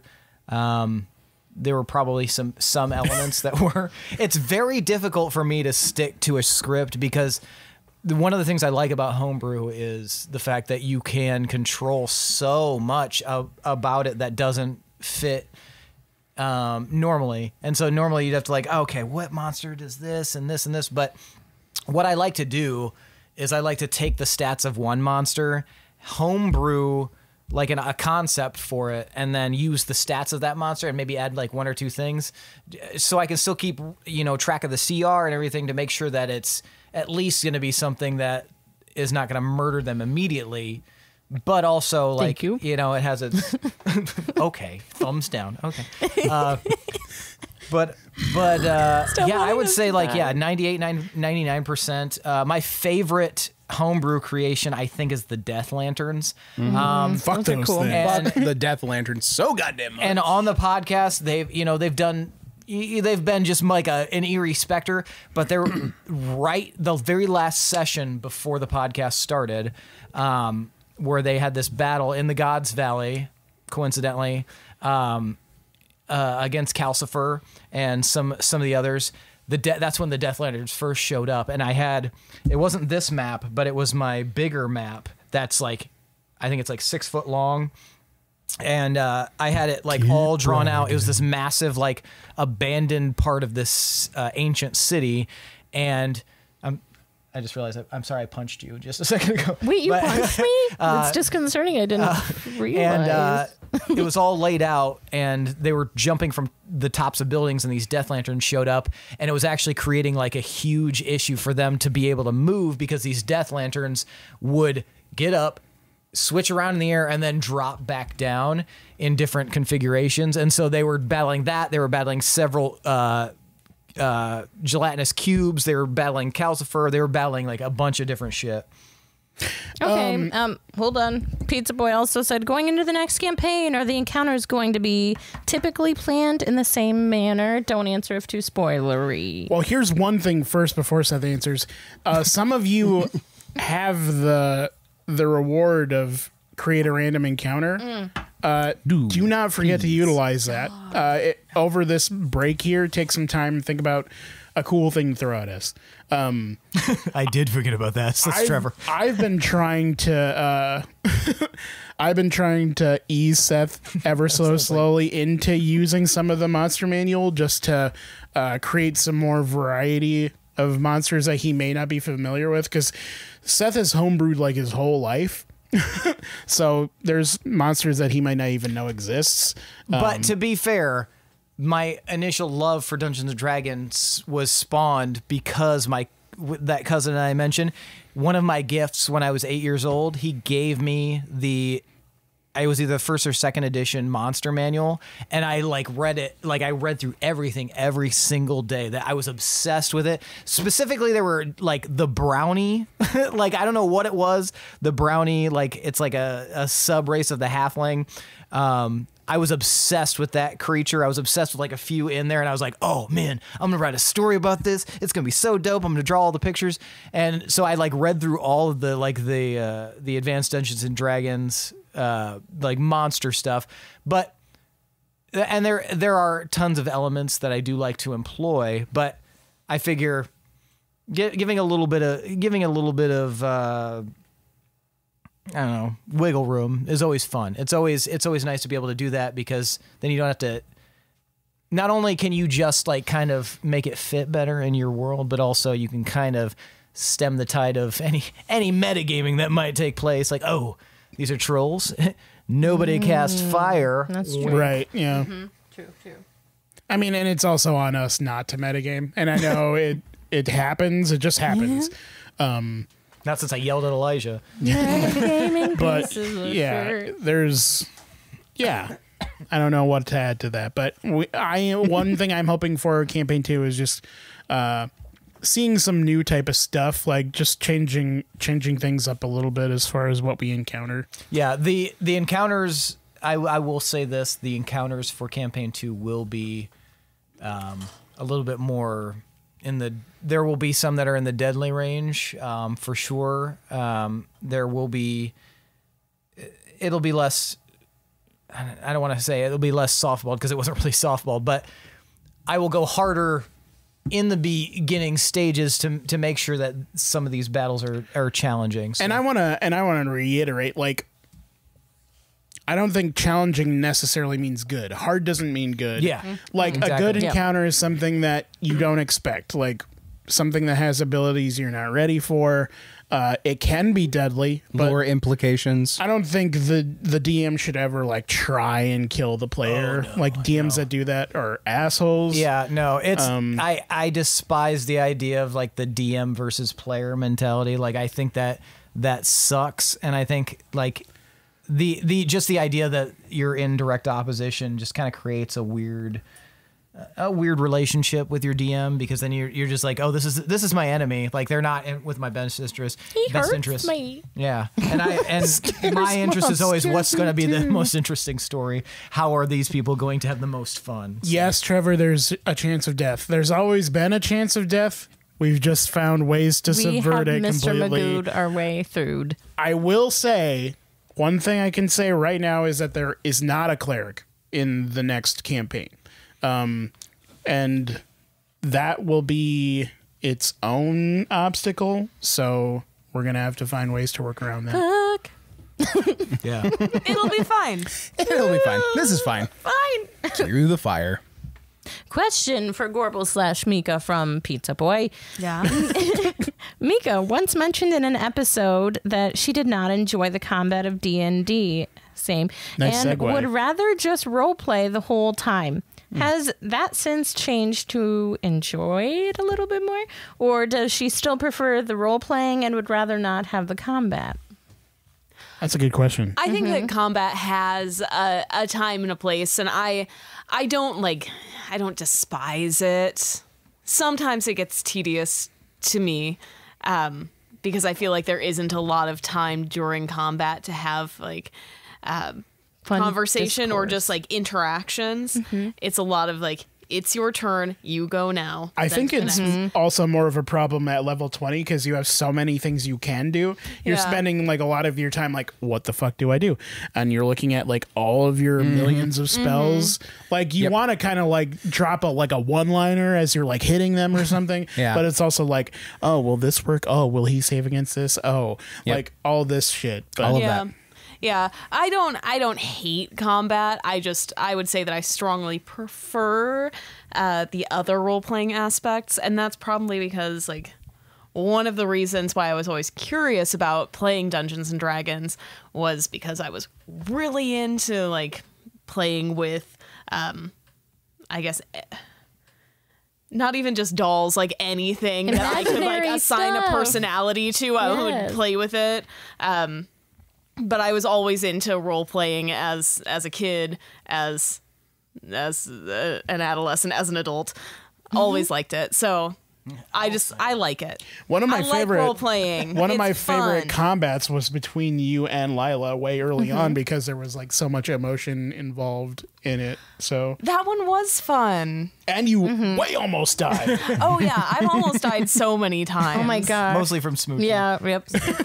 Was that part on the podcast? It wasn't, was it? No. He almost killed her so many times. Did me in the back so many times. Weirdly, because Gorbel's thing early on in the campaign was tackle somebody. Gorbel loved tackling, and then Smoochie, for some god-awful reason, would take out his axe and then try to chop somebody that she was currently grappling on the ground and always end up chopping her in the back. This was because I didn't have any of my cool weapons and I didn't have any of my high-powered spells, so it just felt like I could spur things along if I just tackled someone, and I always tackled so well. Yeah, that was like the best you rolled, was when you were like grappling someone to knock them to the ground. But then Smoochie would always try to help and would not. Yeah, and he would always roll like a 1. Like it was like without fail, just a 1 trying to attack somebody that she was currently grappling, and then just axe to the back. Every time, just well. Yeah. Well, Smoochie would be different. Yeah, but I mean, Elijah. I asked, D was asked what was with the stealing of the pants. Oh,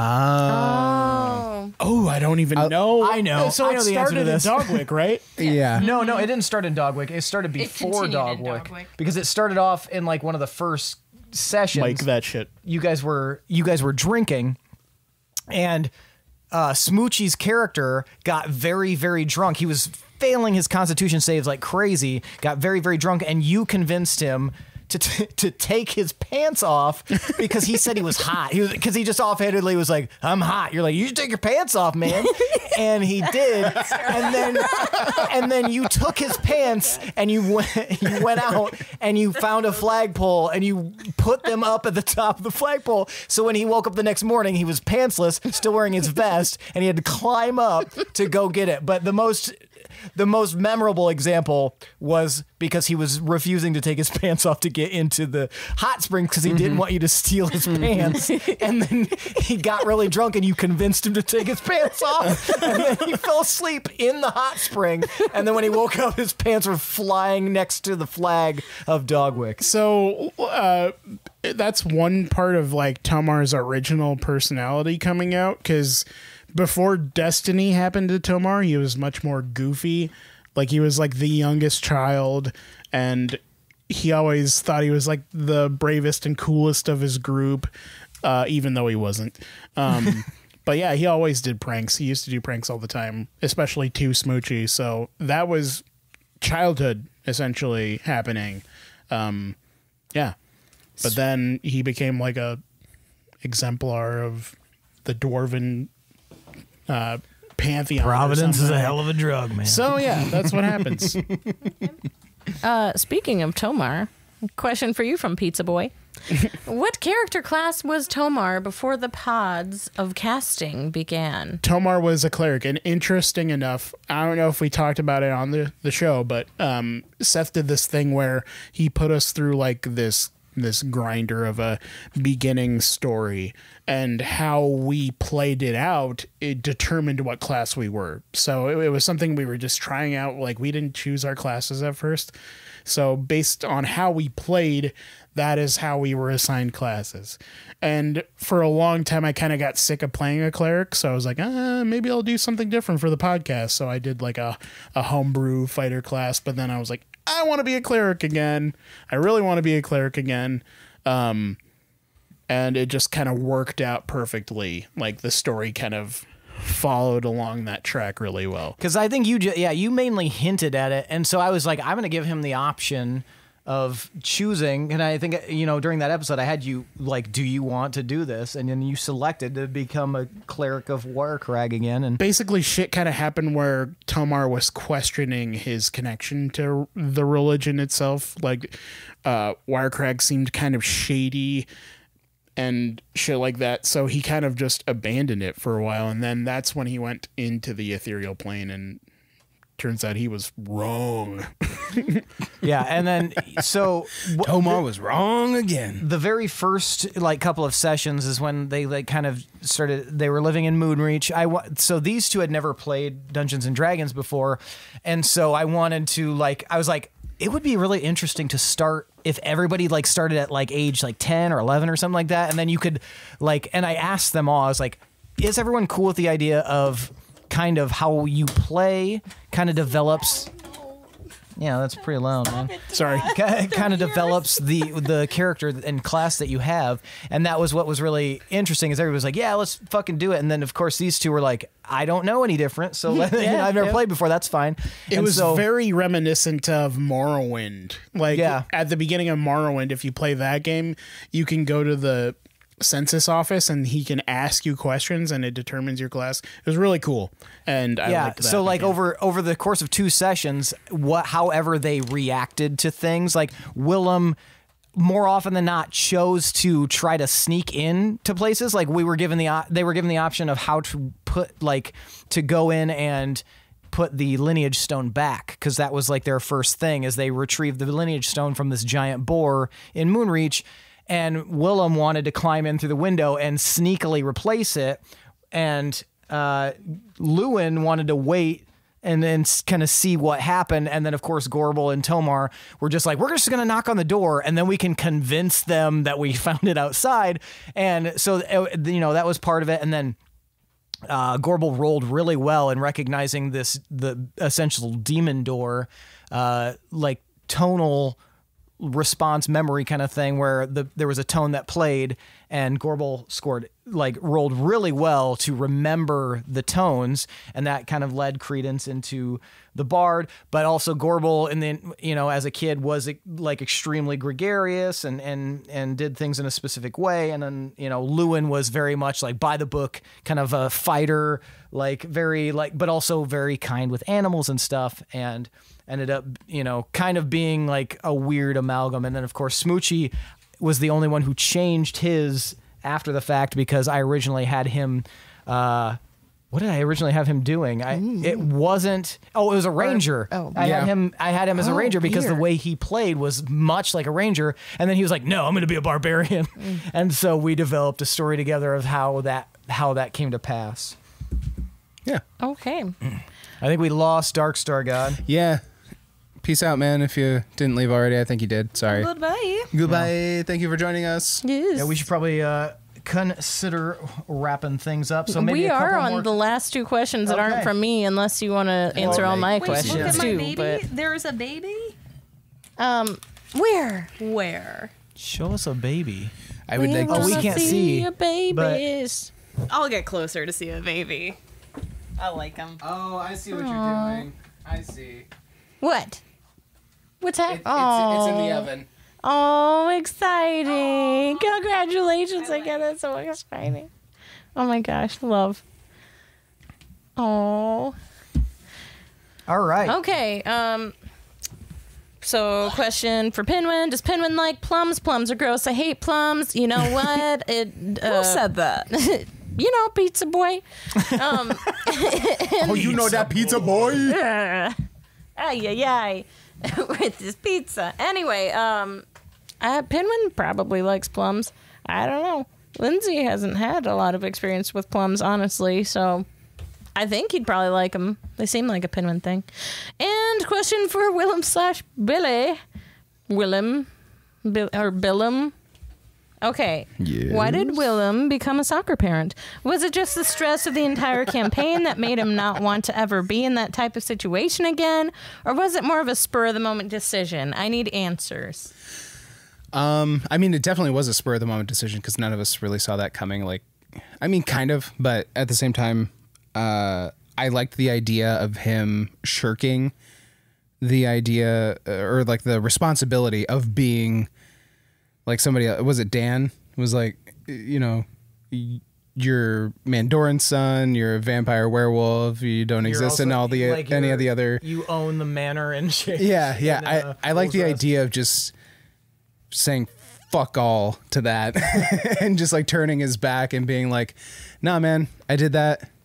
It wasn't good for my soul. It wasn't good for me. I just need to hunker down. I found.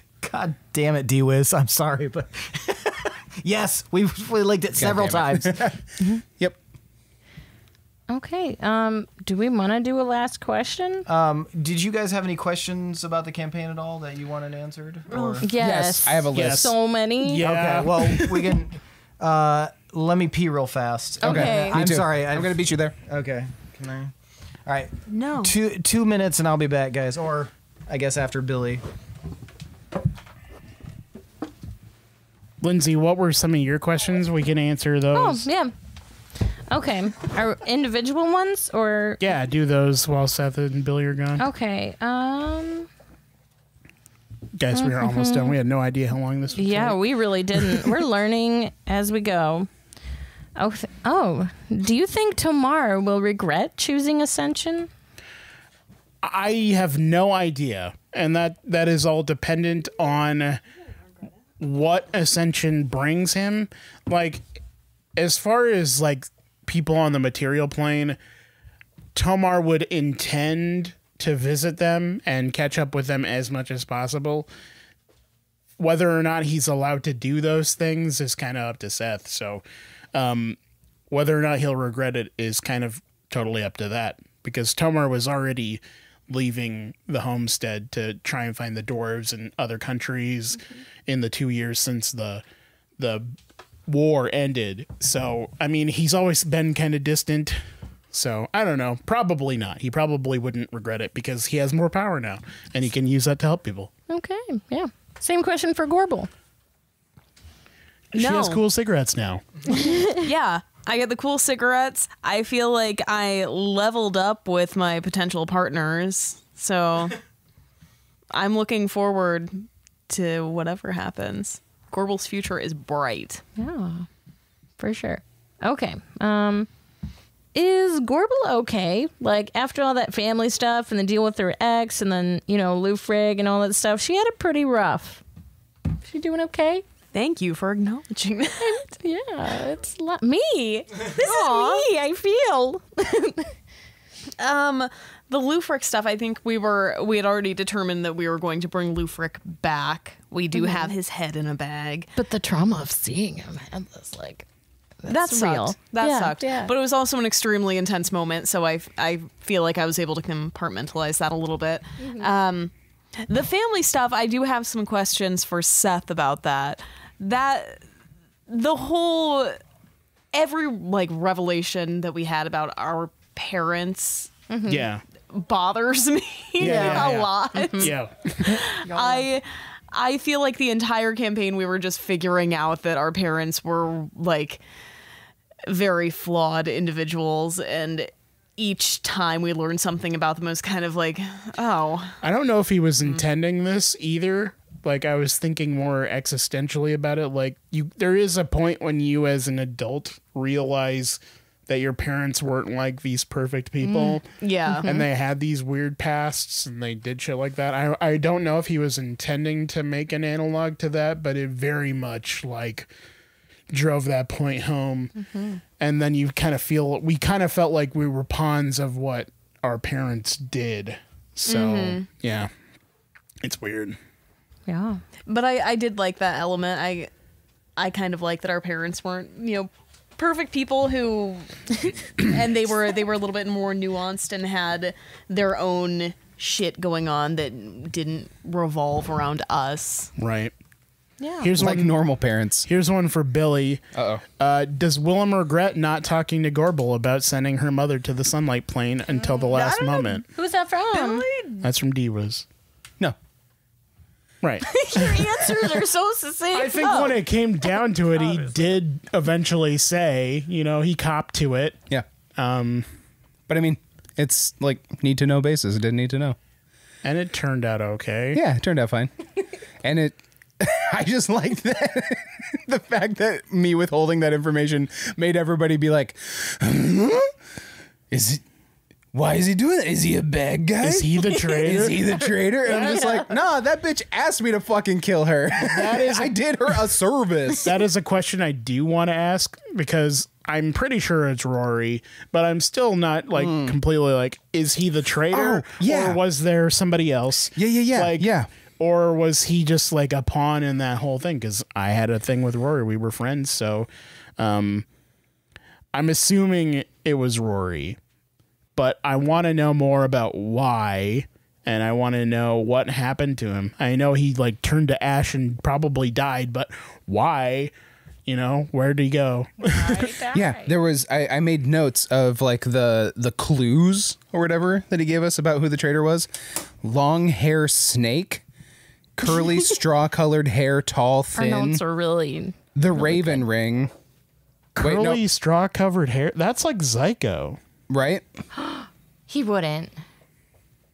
No. He wouldn't. Man, I want to take more notes next time. Yeah, that's our plan. We will So, hopefully with remember more that Our way. note taking in this campaign was just like real bad. the notes tab on D&D Beyond. Speak for yourself. Mika's been doing it differently, but we all forgot stuff. Oh yeah, 100%. Mine just don't make sense. I'm trying to learn OneNote because you can like search names of shit in there. Yeah, OneNote's dope. And I'm gonna take way more notes next time because Seth's the way he does plots and campaigns and stuff is very like there's a lot of moving parts. So, Seth, big question here that we want like confirmed. Everyone is asking. It's the hottest question so far. Who was the traitor for sure? Oh. Well, since you guys didn't get to the bottom of that, that will 100% be something that campaign 2. God damn it! will focus on. Piece of shit. And that's not like a fuck you answer. That is a very important plot point for campaign 2 because you guys never got to the bottom of it. Okay, so it's not Rory. But What? It's not Rory. Rory was part of it, Part of it, its own thing. but there was another element. So Oh, Is he come dead? on. Dead? Like he's dead? And why did he trait? That is stuff that I cannot tell you. Damn it! Hey, so I have notes here, and I want confirmation that these are in fact regarding the traitor because the way that we were just commenting on how shitty most of our notes are. It says long hair snake and curly straw colored hair, tall, thin. What? Okay. Are you describing me? I don't know. That's what I had for Long-haired traitor snake. notes. Curly. That's No, what I guess had my for hair's not traitor curly notes. anymore. I'm struggling to try and figure out why 20 years later that'll still be a thing. Oh, But don't you guys worry. Fucking If there's sleeper one cells. thing I can do, it's piece things together to make them fuck you over. All right. Asshole. all right, what do you got, Lindsay? Oh my gosh.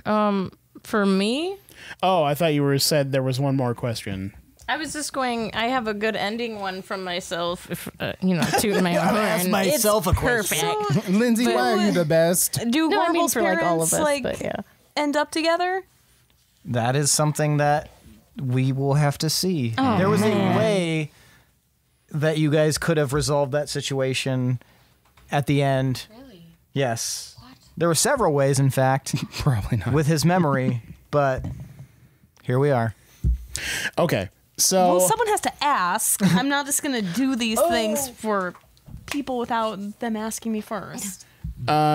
so they were asking if we'd give more info about our characters for campaign 2. Probably not this time. As we get closer to the release of the next campaign, we will release more info about that. Yes. We could maybe say something. One of the questions I think I had, or maybe someone had, was something that we're looking forward to with our next players. With our next characters? Yeah, our next characters. I'm really Something different. excited to be more morally gray. Oh fuck. That'll be. I feel like interesting. Tomar was already morally that's correct. scary. I think Tomar fell more on like a straight and narrow. Like he'd deviate quite a bit. He made some dude kill his friend. Yeah, That was one time. It was though. pretty much. That's pretty morally Yeah, gray. I think that made it pretty gray. I don't know. We'll see. Fucking high and mighty, shit don't stink ass motherfucker. over Okay, there. less regimented, less More chaotic. yeah, exactly. Less fitting in one box. Less of a dork. Yeah, less of a dork for sure. Thank you, D-Wiz. Yeah, what about you, Lindsey? I'm excited to know more of what I'm doing because I just didn't really with Pinwin, just because it was pretty new. So that's one big thing. I'm excited about my character, and my racing class is really fun. And yeah, it'll be different, but I'm excited for what's going to be different about it too, which you'll find out more soon. But yeah. Not Gorbel. Michaela. That is weird. Speaking of role Sorry, playing, that's between us. I'm excited to play a character that kind of draws from some other aspects of my own personality, and I'm excited to play someone who is a little less stressed. yeah, More carefree. Yeah. very much that. Then Seth is gonna ruin it with all the Yeah. chaos. And all the stress. Burdens of the world. Yeah. What? Billy, right. what about you? Yeah, Billy. I mean, you guys kind of took the cake. That's pretty much it as well. I am looking forward to being beholden to actually role playing a different personality that's not just analogous to me to a degree, like having to be somebody else and actually playing a role. Yeah. And I've said it a bunch of times to you guys, I know, and you're probably sick of hearing it, but I'm very excited to just be starting fresh and having that like clean slate of like information, stats, abilities and stuff, and just being able to really hone in and just spend time and stew with a new character and just kind of come into that character. Right. I'm real excited about that. Stressed and excited. I am excited to introduce a whole fleet of new NPCs with new voices and all sorts of shit. That's got to be stressful. No, it's fine. Thank God. And then I would be like fucking shitting my pants. There would be poop in my pants. and maybe flavoring it by having some, returning NPCs. I mean, it's only been 20 years, so it's possible that some other people can show up that you guys know. Speaking of cake, thank you, D-Wiz, for Yes, the fucking we cake. love D-Wiz, it. thank you Should so we much. show the cake? Yeah, show should the we show cake. the Yeah, I got the cake. Get the cake. You gonna get it? All right, you got it. D-Wiz gave us a cake, and He went all the way back to snack chat. One of the many times we were fighting about food. It's frosted over, so yeah, it says bodega. bodega. Oh God, this is gonna end terribly. Don't drop the cake. I was like, so excited. that was very sultry, Tomas. 90 degrees Vanna Yeah, White cake. Yes, he went all the way back in the archives when we were talking about having the ice cream cake in the trunk and it melting and everything like that. And so he got us an ice cream cake that says bodega. So thank you so much, Yeah. D-Wiz. Bodega to you, good sir, And a good bodega too, and also with your soul. and also with you, Bodega. and a bodega to your family. So I'm sure you're all wondering the big thing. When is campaign 2? We do need to take a break to prepare, get things situated. We will have content coming weekly still as we go. Trevor, July, we already know. But yeah, campaign 2, the first episode we have so far, it might change, but our scheduled time is July 22nd. Thursday, July 22nd is when campaign 2 will start. And yeah, like I said, up until then, we'll have more content for you. thank you all so much for supporting us for the whole time. Yeah, we really love appreciate you. it. We never thought that there'd be people like inspired by what we do or willing to back us financially to do this. Yeah, Yeah. or even listening in the first place. It's still not real to me. no. And Wild. and we've obviously got, more patrons that weren't able to attend. So, those of you who weren't able to attend and, are listening now, we really appreciate that. It's been awesome to be able to interact with you guys and to, be able to provide a service. Now that we've done it like this, like it's You fun. know what, pool boy? We You're were all right, pool boy. We were all like He a said, little "Fuck you nervous in this about doing something like this, but it's been really fun and really cool interacting with Chad as we've been doing it too. So yeah, it's something we definitely plan to do more of in the future. So But like I think people like we interact with you guys and we caught that.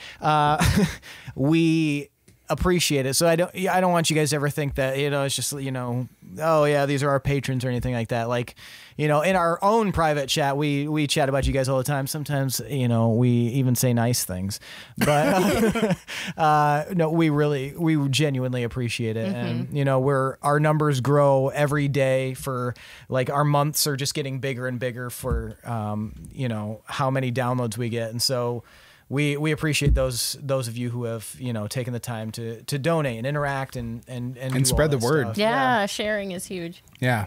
Lots of That's a spreading the lot word of is hearts, awesome. a lot of green hearts. So I appreciate that. One for everyone. One for everyone, indeed. Aw. Mine's the littlest one. I feel so much Billy, don't love. tell people about your little heart. It's privileged information. The doctor isn't even sure yet. Look, we're saving up money, and I'm gonna be able to get the surgery soon. I'm really excited about it. baby. Pills at the gas station. Little heart pills. Yeah, it's in the machine in the bathroom. Oh, for the little hearts. Oh, hey, Seth, question. Oh, we're still asking questions. All right. Was there? Yeah. I mean, I have an entire list. Okay. Yeah. All right. Well, Maybe lay we it on should me, I don't guys. know if you want to. Lay I don't it know if on you want me. to do Let's it with this, Nah, or no, if you just want to. Let's fucking do it. Fucking. Okay. Who gives a shit? Did I All right, miss here we something go. important in my bag of holding? Yes. Did I miss a lot of them?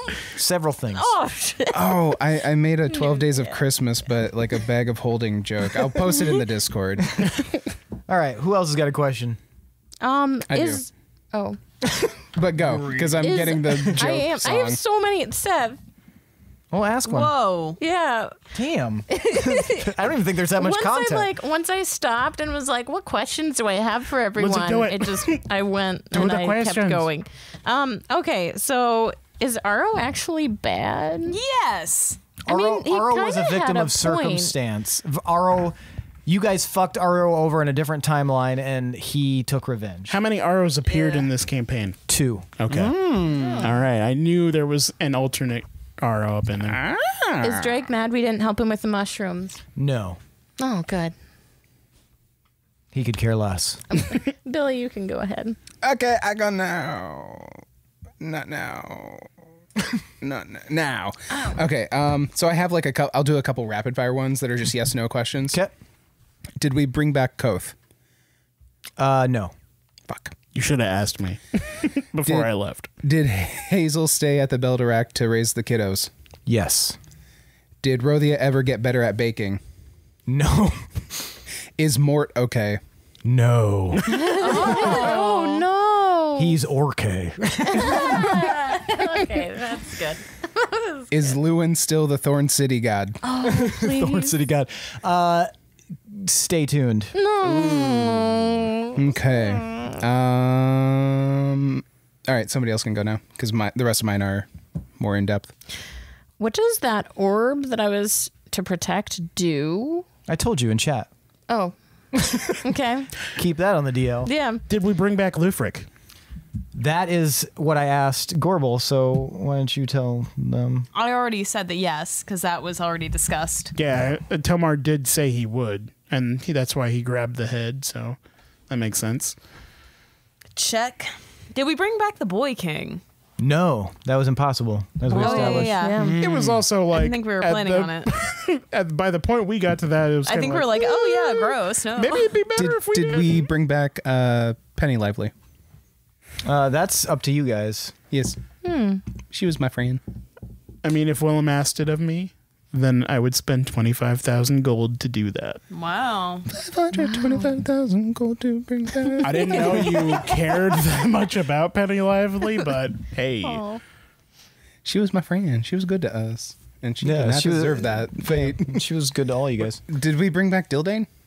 No. Man, there are so many But also people. stay tuned. Oh, the ghost of Dildane is mad. It So- rides Oh my again. He's going to be like a Davy Jones ghost. Tomar created like a trading route through the Belderock, correct? Yes.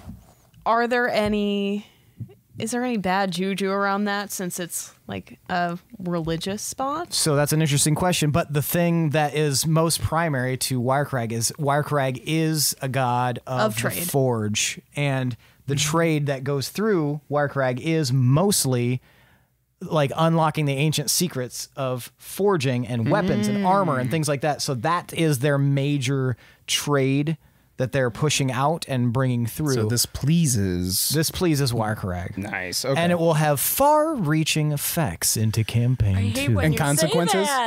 Sometimes consequences. Cool. But sometimes consequences could be good. Does anybody else have another one? Oh. I mean, I definitely do, but I'm going to save them. I mean, I feel like a lot of them will come up next Yeah. campaign. Oh. So I'm seeing that with mine too. This might have been answered, but what happened to Ember? Ember and her mother were able to find kind of like a happy medium of life in Starhost. And that's where they kind of... Sans Beldam. Sans Beldan. Yeah. Also with Beldan. Bell Sans. Stay tuned. That cleric beast ass motherfucker. Yeah, were you surprised that we just displaced him? That was completely? an amazing way of handling that situation. Yeah. So yes, a little bit of surprise. Now he's just fucking in the Starlight. At least last we knew, Yeah. just in the Starlight. And we all Plane. know that the only people who can use magic in the Starlight Plane are the 3 Archfey brothers. Well, If any now of you have 2. last second questions, make sure. Yeah, if you put have those any in. plot stuff. Is you less evil? You wouldn't do that to me, would you? Ilis is not evil. Oh, no. thank I think you should explain more who ELS is, because that was That's who not Pinwin on. ended up marrying. Oh yeah, that wasn't on the podcast. Yeah. So, okay, so Yles was performing at.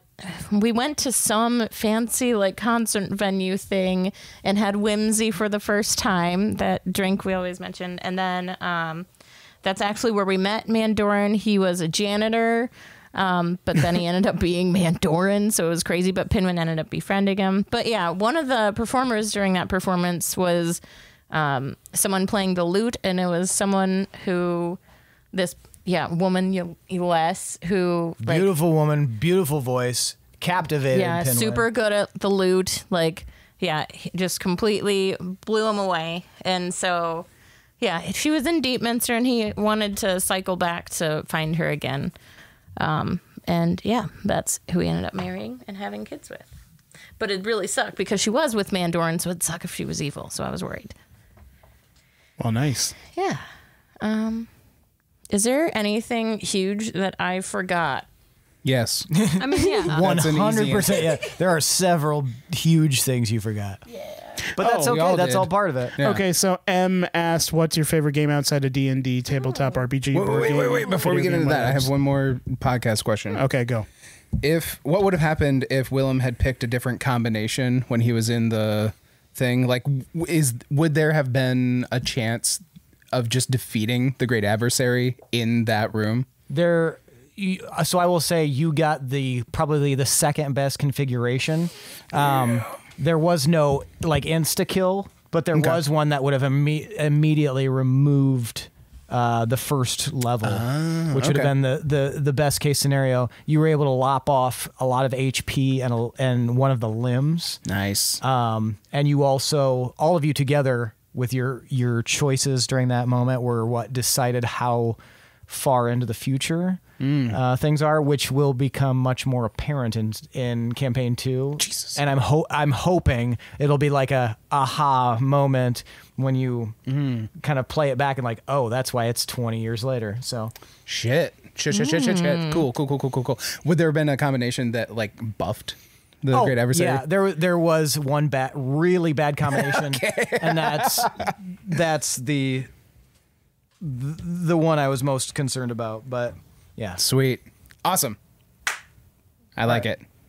How about, okay, so outside of D&D, what games have you guys liked that are your favorite that are not D&D? I mean, so many. Most prevalently for me, Kingdom Death. As far as like board games go, I'm a sucker for Kingdom Death. I was playing Genshin Impact for a while. When we moved, I was, I didn't have a job for like a month, so I was spending all day applying places and playing Genshin Impact, and I got pretty fucking good at that game. I was like on the Reddit threads and stuff, just figuring out the best combinations. And but other than that, yeah, lately not much of anything. I downloaded the new version of Oregon Trail for the iPhone. Ugh. That was pretty fun, actually. Ugh. Hate that.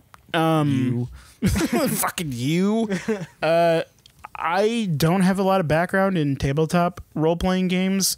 I love board games. I'll play any board game. But most of my gaming, RPG gaming, was on video game consoles. I'm a big fan of Western RPGs. I love the BioWare games. I love the Elder Scrolls games, Fallout, stuff like that. Anything with like a rich lore that you can like unearth as you play, I'm into that shit. Yeah.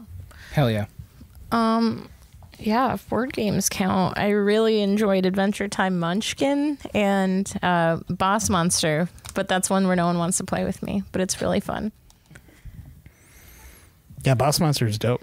I don't play a lot of games. That's fair. 'Cause I am very unfamiliar with any video game, and tabletop games, don't have a ton of experience with those.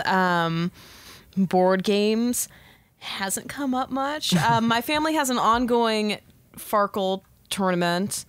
There's a trophy. Nice. Oh my Names God. get added Whoa. to it. Wow. I'm on there now. So. Nice. Billy has a Crokinole board. Yeah. Oh yeah. Crokinole. Boggle is also a big game. in my Boggle is family. sick. But She so broke yeah, her pencil. these aren't fun ones. These are kind of lame ones. But Nah, man. If you guys don't know Crokinole, stop Play that playing shit. D&D, play Crokinole. Yeah. It's got everything that you ever need in a tabletop Drew, experience. It is fun. Our friend Drew, Iowa, knows Drew, but he brought it over one night, and we were all just fucking obsessed with it. Holy fuck. It turned into, hey, we're just going to hang out and drink and have a good time. And it turned into it's 3 a.m. and we're doing a screaming Crokinole at each other, tournament. yeah. It's fucking stupid. We cursed our ancestors, and our progeny in the future are playing Crokinole. Yep.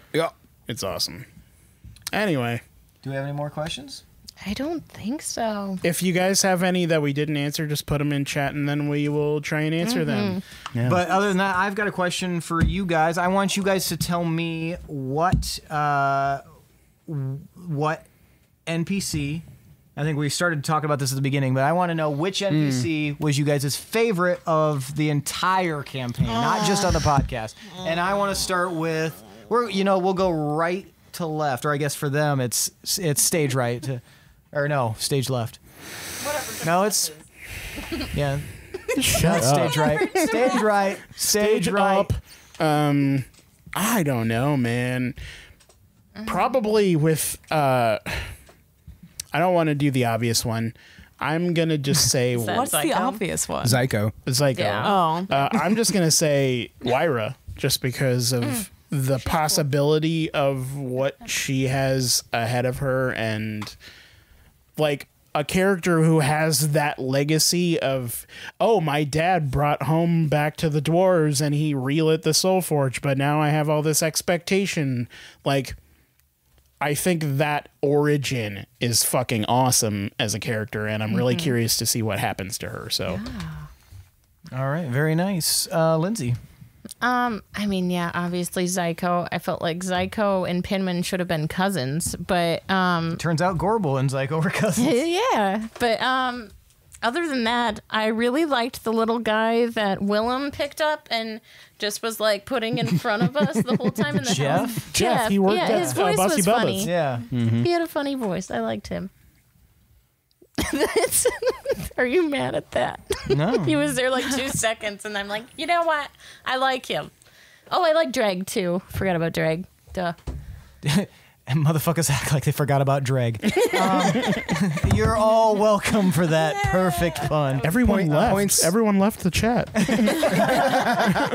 Points if anybody can remember Dreg's wife's name.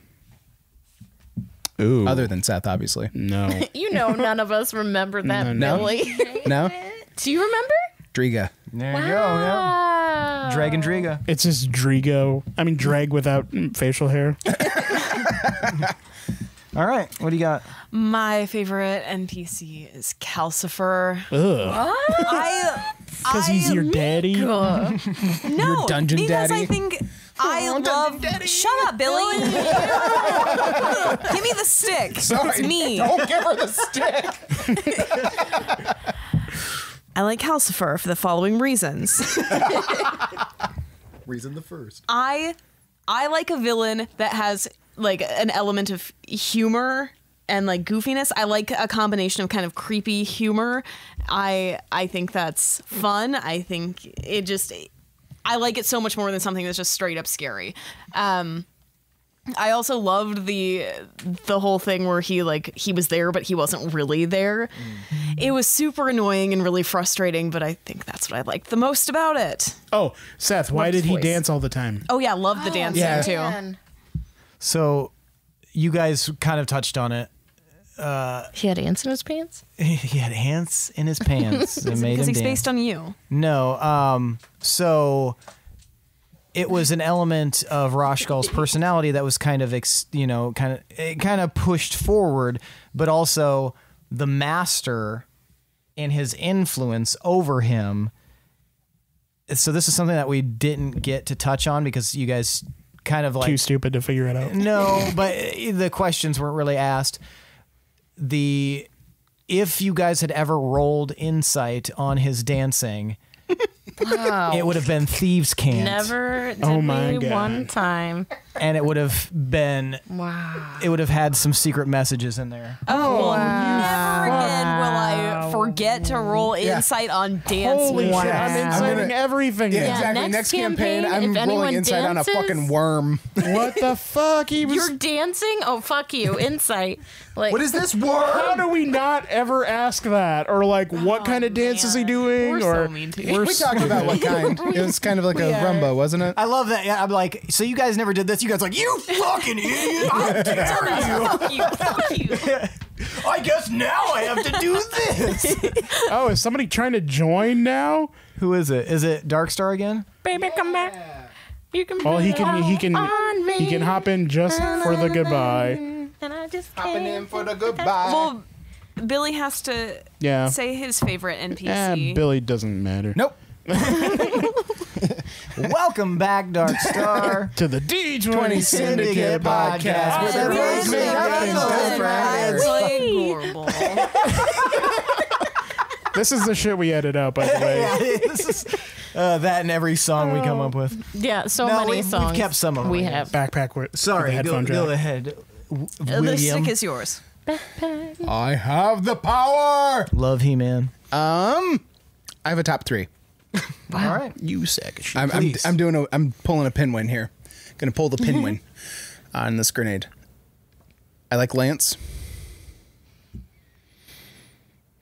I'm trying to like suss out because it's constantly shifting. Just I like you- Sterling.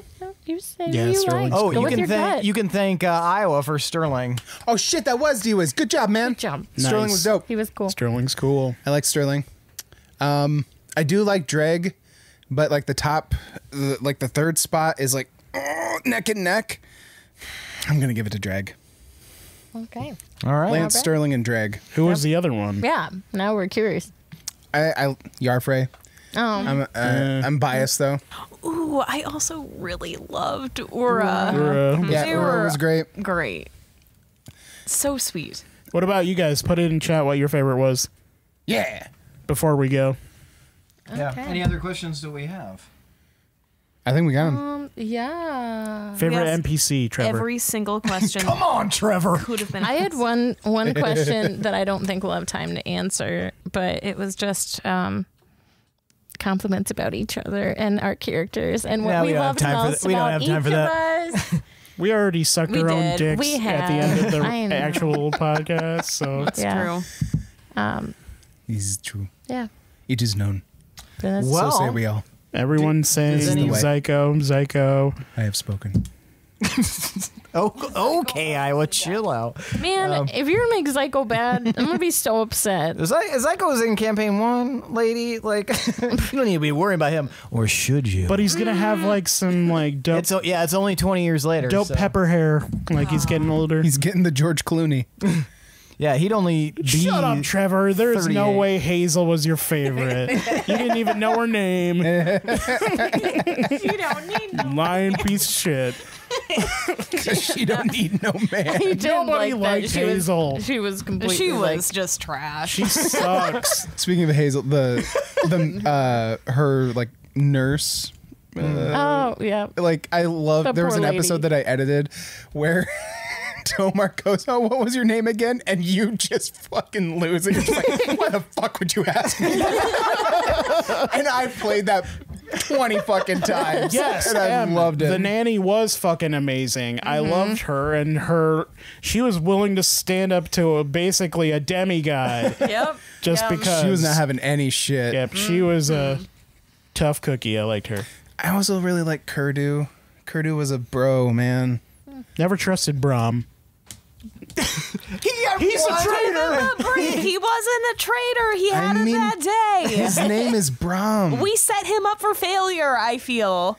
I feel like that's like one of those naming conventions where it's like, you know, when you named that kid that they were going to grow up to do deplorable things. Wow. Like a Damien. Wow. Sorry to all the Brahms out there. Who was the pilot of Willem's My airship, dad Billy? is a Brahm. He's not. Oh, Rufus. Rufus. Yeah.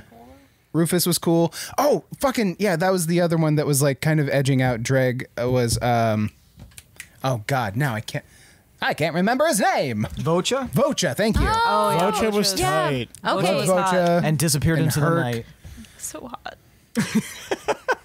Loved it. I imagine him as like Matthew McConaughey from Reign of Fire, but with a twirly mustache. And bald, yeah. Yeah. He was Wait, bald. was he He bald? was bald. Oh, Yeah, he was bald. Yeah. He was bald and he was fucking jacked. Dual crossbows. All right, I have a Vocha. question for Michaela. Which was the hottest NPC? Calcifer. Bag it and Cigar. tag it. That's your dad. Shush. Not my daddy. That's Michaela. I would say probably Vocha. Oh, Vocha or Dirk. I'm sorry. All right, you patrons in the chat, who is the hottest NPC? Can we praise? I like the ones who are most like you. Can we I can't praise help it. Mika's acting? By the way, she just said Dirk was one of her favorites, but Yeah. she was just doing the Yeah, stoic that's That's fuck true. off the whole time. Dirk is kind of like you, though. well, yeah, it's Dirk is me with a southern accent. I would say Durant is probably the hottest. Durant turned out Also to be kind maybe of evil. dull, though. Now he maybe is evil. Oh, he's a dragon. I'm gonna think everyone's evil Yeah. now. But, Trust like, no is a one. dragon going to take you out on a Saturday night? Dirk would. I mean, they'd be a quick ride. Gross, Tomar. I was doing okay. I'm Tomas, not Tomar. Did you know Vocha's why I was a ranger? Back to Vocha. That's part of where I got that from Pinwin. And why I quit being Lewin. Because I got to play Vocha a little bit. Yeah. Oh, yeah. You play. I had the party split up. Oh, and playing Mori Mud Fury was the Yeah. highlight of my career, probably. Playing Herc was that was a great voice. Yeah, Thank you you. guys all did. Sorry, fabulous. everyone, that we took a lot of your night. Yeah, sorry. We we'll had fuck no off now. idea how long this Yeah, would take. we were like, yeah, hour and a half, maybe 2 hours tops. Well, we actually have to fuck off. Yeah, now. we do. We've reached the apex. Our baby is here. He just drove up. Yeah. He was watching the dogs at the house. Well, I don't know if thanks, she's bringing him down or not. Thanks so much, everyone, for participating in this first AMA. Yeah, this has been dope. Yeah, we've really thank enjoyed it. you. We've obviously had a bunch of fun, and sorry, Lindsey's mom is dropping off the baby. The baby. And I would like to she's see the talking. baby. Just roll him down the stairs. He'll figure it out. He'll fit. Billy Ball, Billy Ball. Bill. But yeah, so thanks for listening, folks. Thanks, for participating in this. Thanks to Yes, Chad thank Pieper you. for that We beautiful love background you. music. That was Adrian Von Ziegler does the beautiful background music. Yeah, Chad that's Piper true. does that awesome intro song. Yeah, that's true. Oh, you guys want to see a baby? baby. There's I a bet you baby. do. I would like to see the baby. There's a baby. Look, he's dancing like Calcifer. Yeah. No, Calcifer is more like, hey guys. Exactly the way that you dance. That's all I do. Yeah, so for those of you at home who wondered how exactly he was dancing, he just does like this shimmy, and he would be like, hey guys. But yeah, I think that's it. We really appreciate it, as we said. Yeah, it really means a lot to us that you guys could, take 3 hours out of your Saturday evening to sit and watch us just fucking jerk each other off about this campaign. Thank you for humoring us. Present. Yeah. Oh, he's gonna learn. Trust me. He's Tomas's. He kid. always tries. We learned it from Billy. I learned it by watching you. Yeah, you've been sitting here for 3 hours, Trev. Sorry. Yeah, you just time traveled, baby. But thank you guys so much for Yeah. supporting us, Yes, being thank here you. for the It means journey. so much. We love you. We love you. We're beholden to you. Goodbye. And we'll do another one of these eventually, but stick around for campaign 2. Love you. Goodbye. Good night.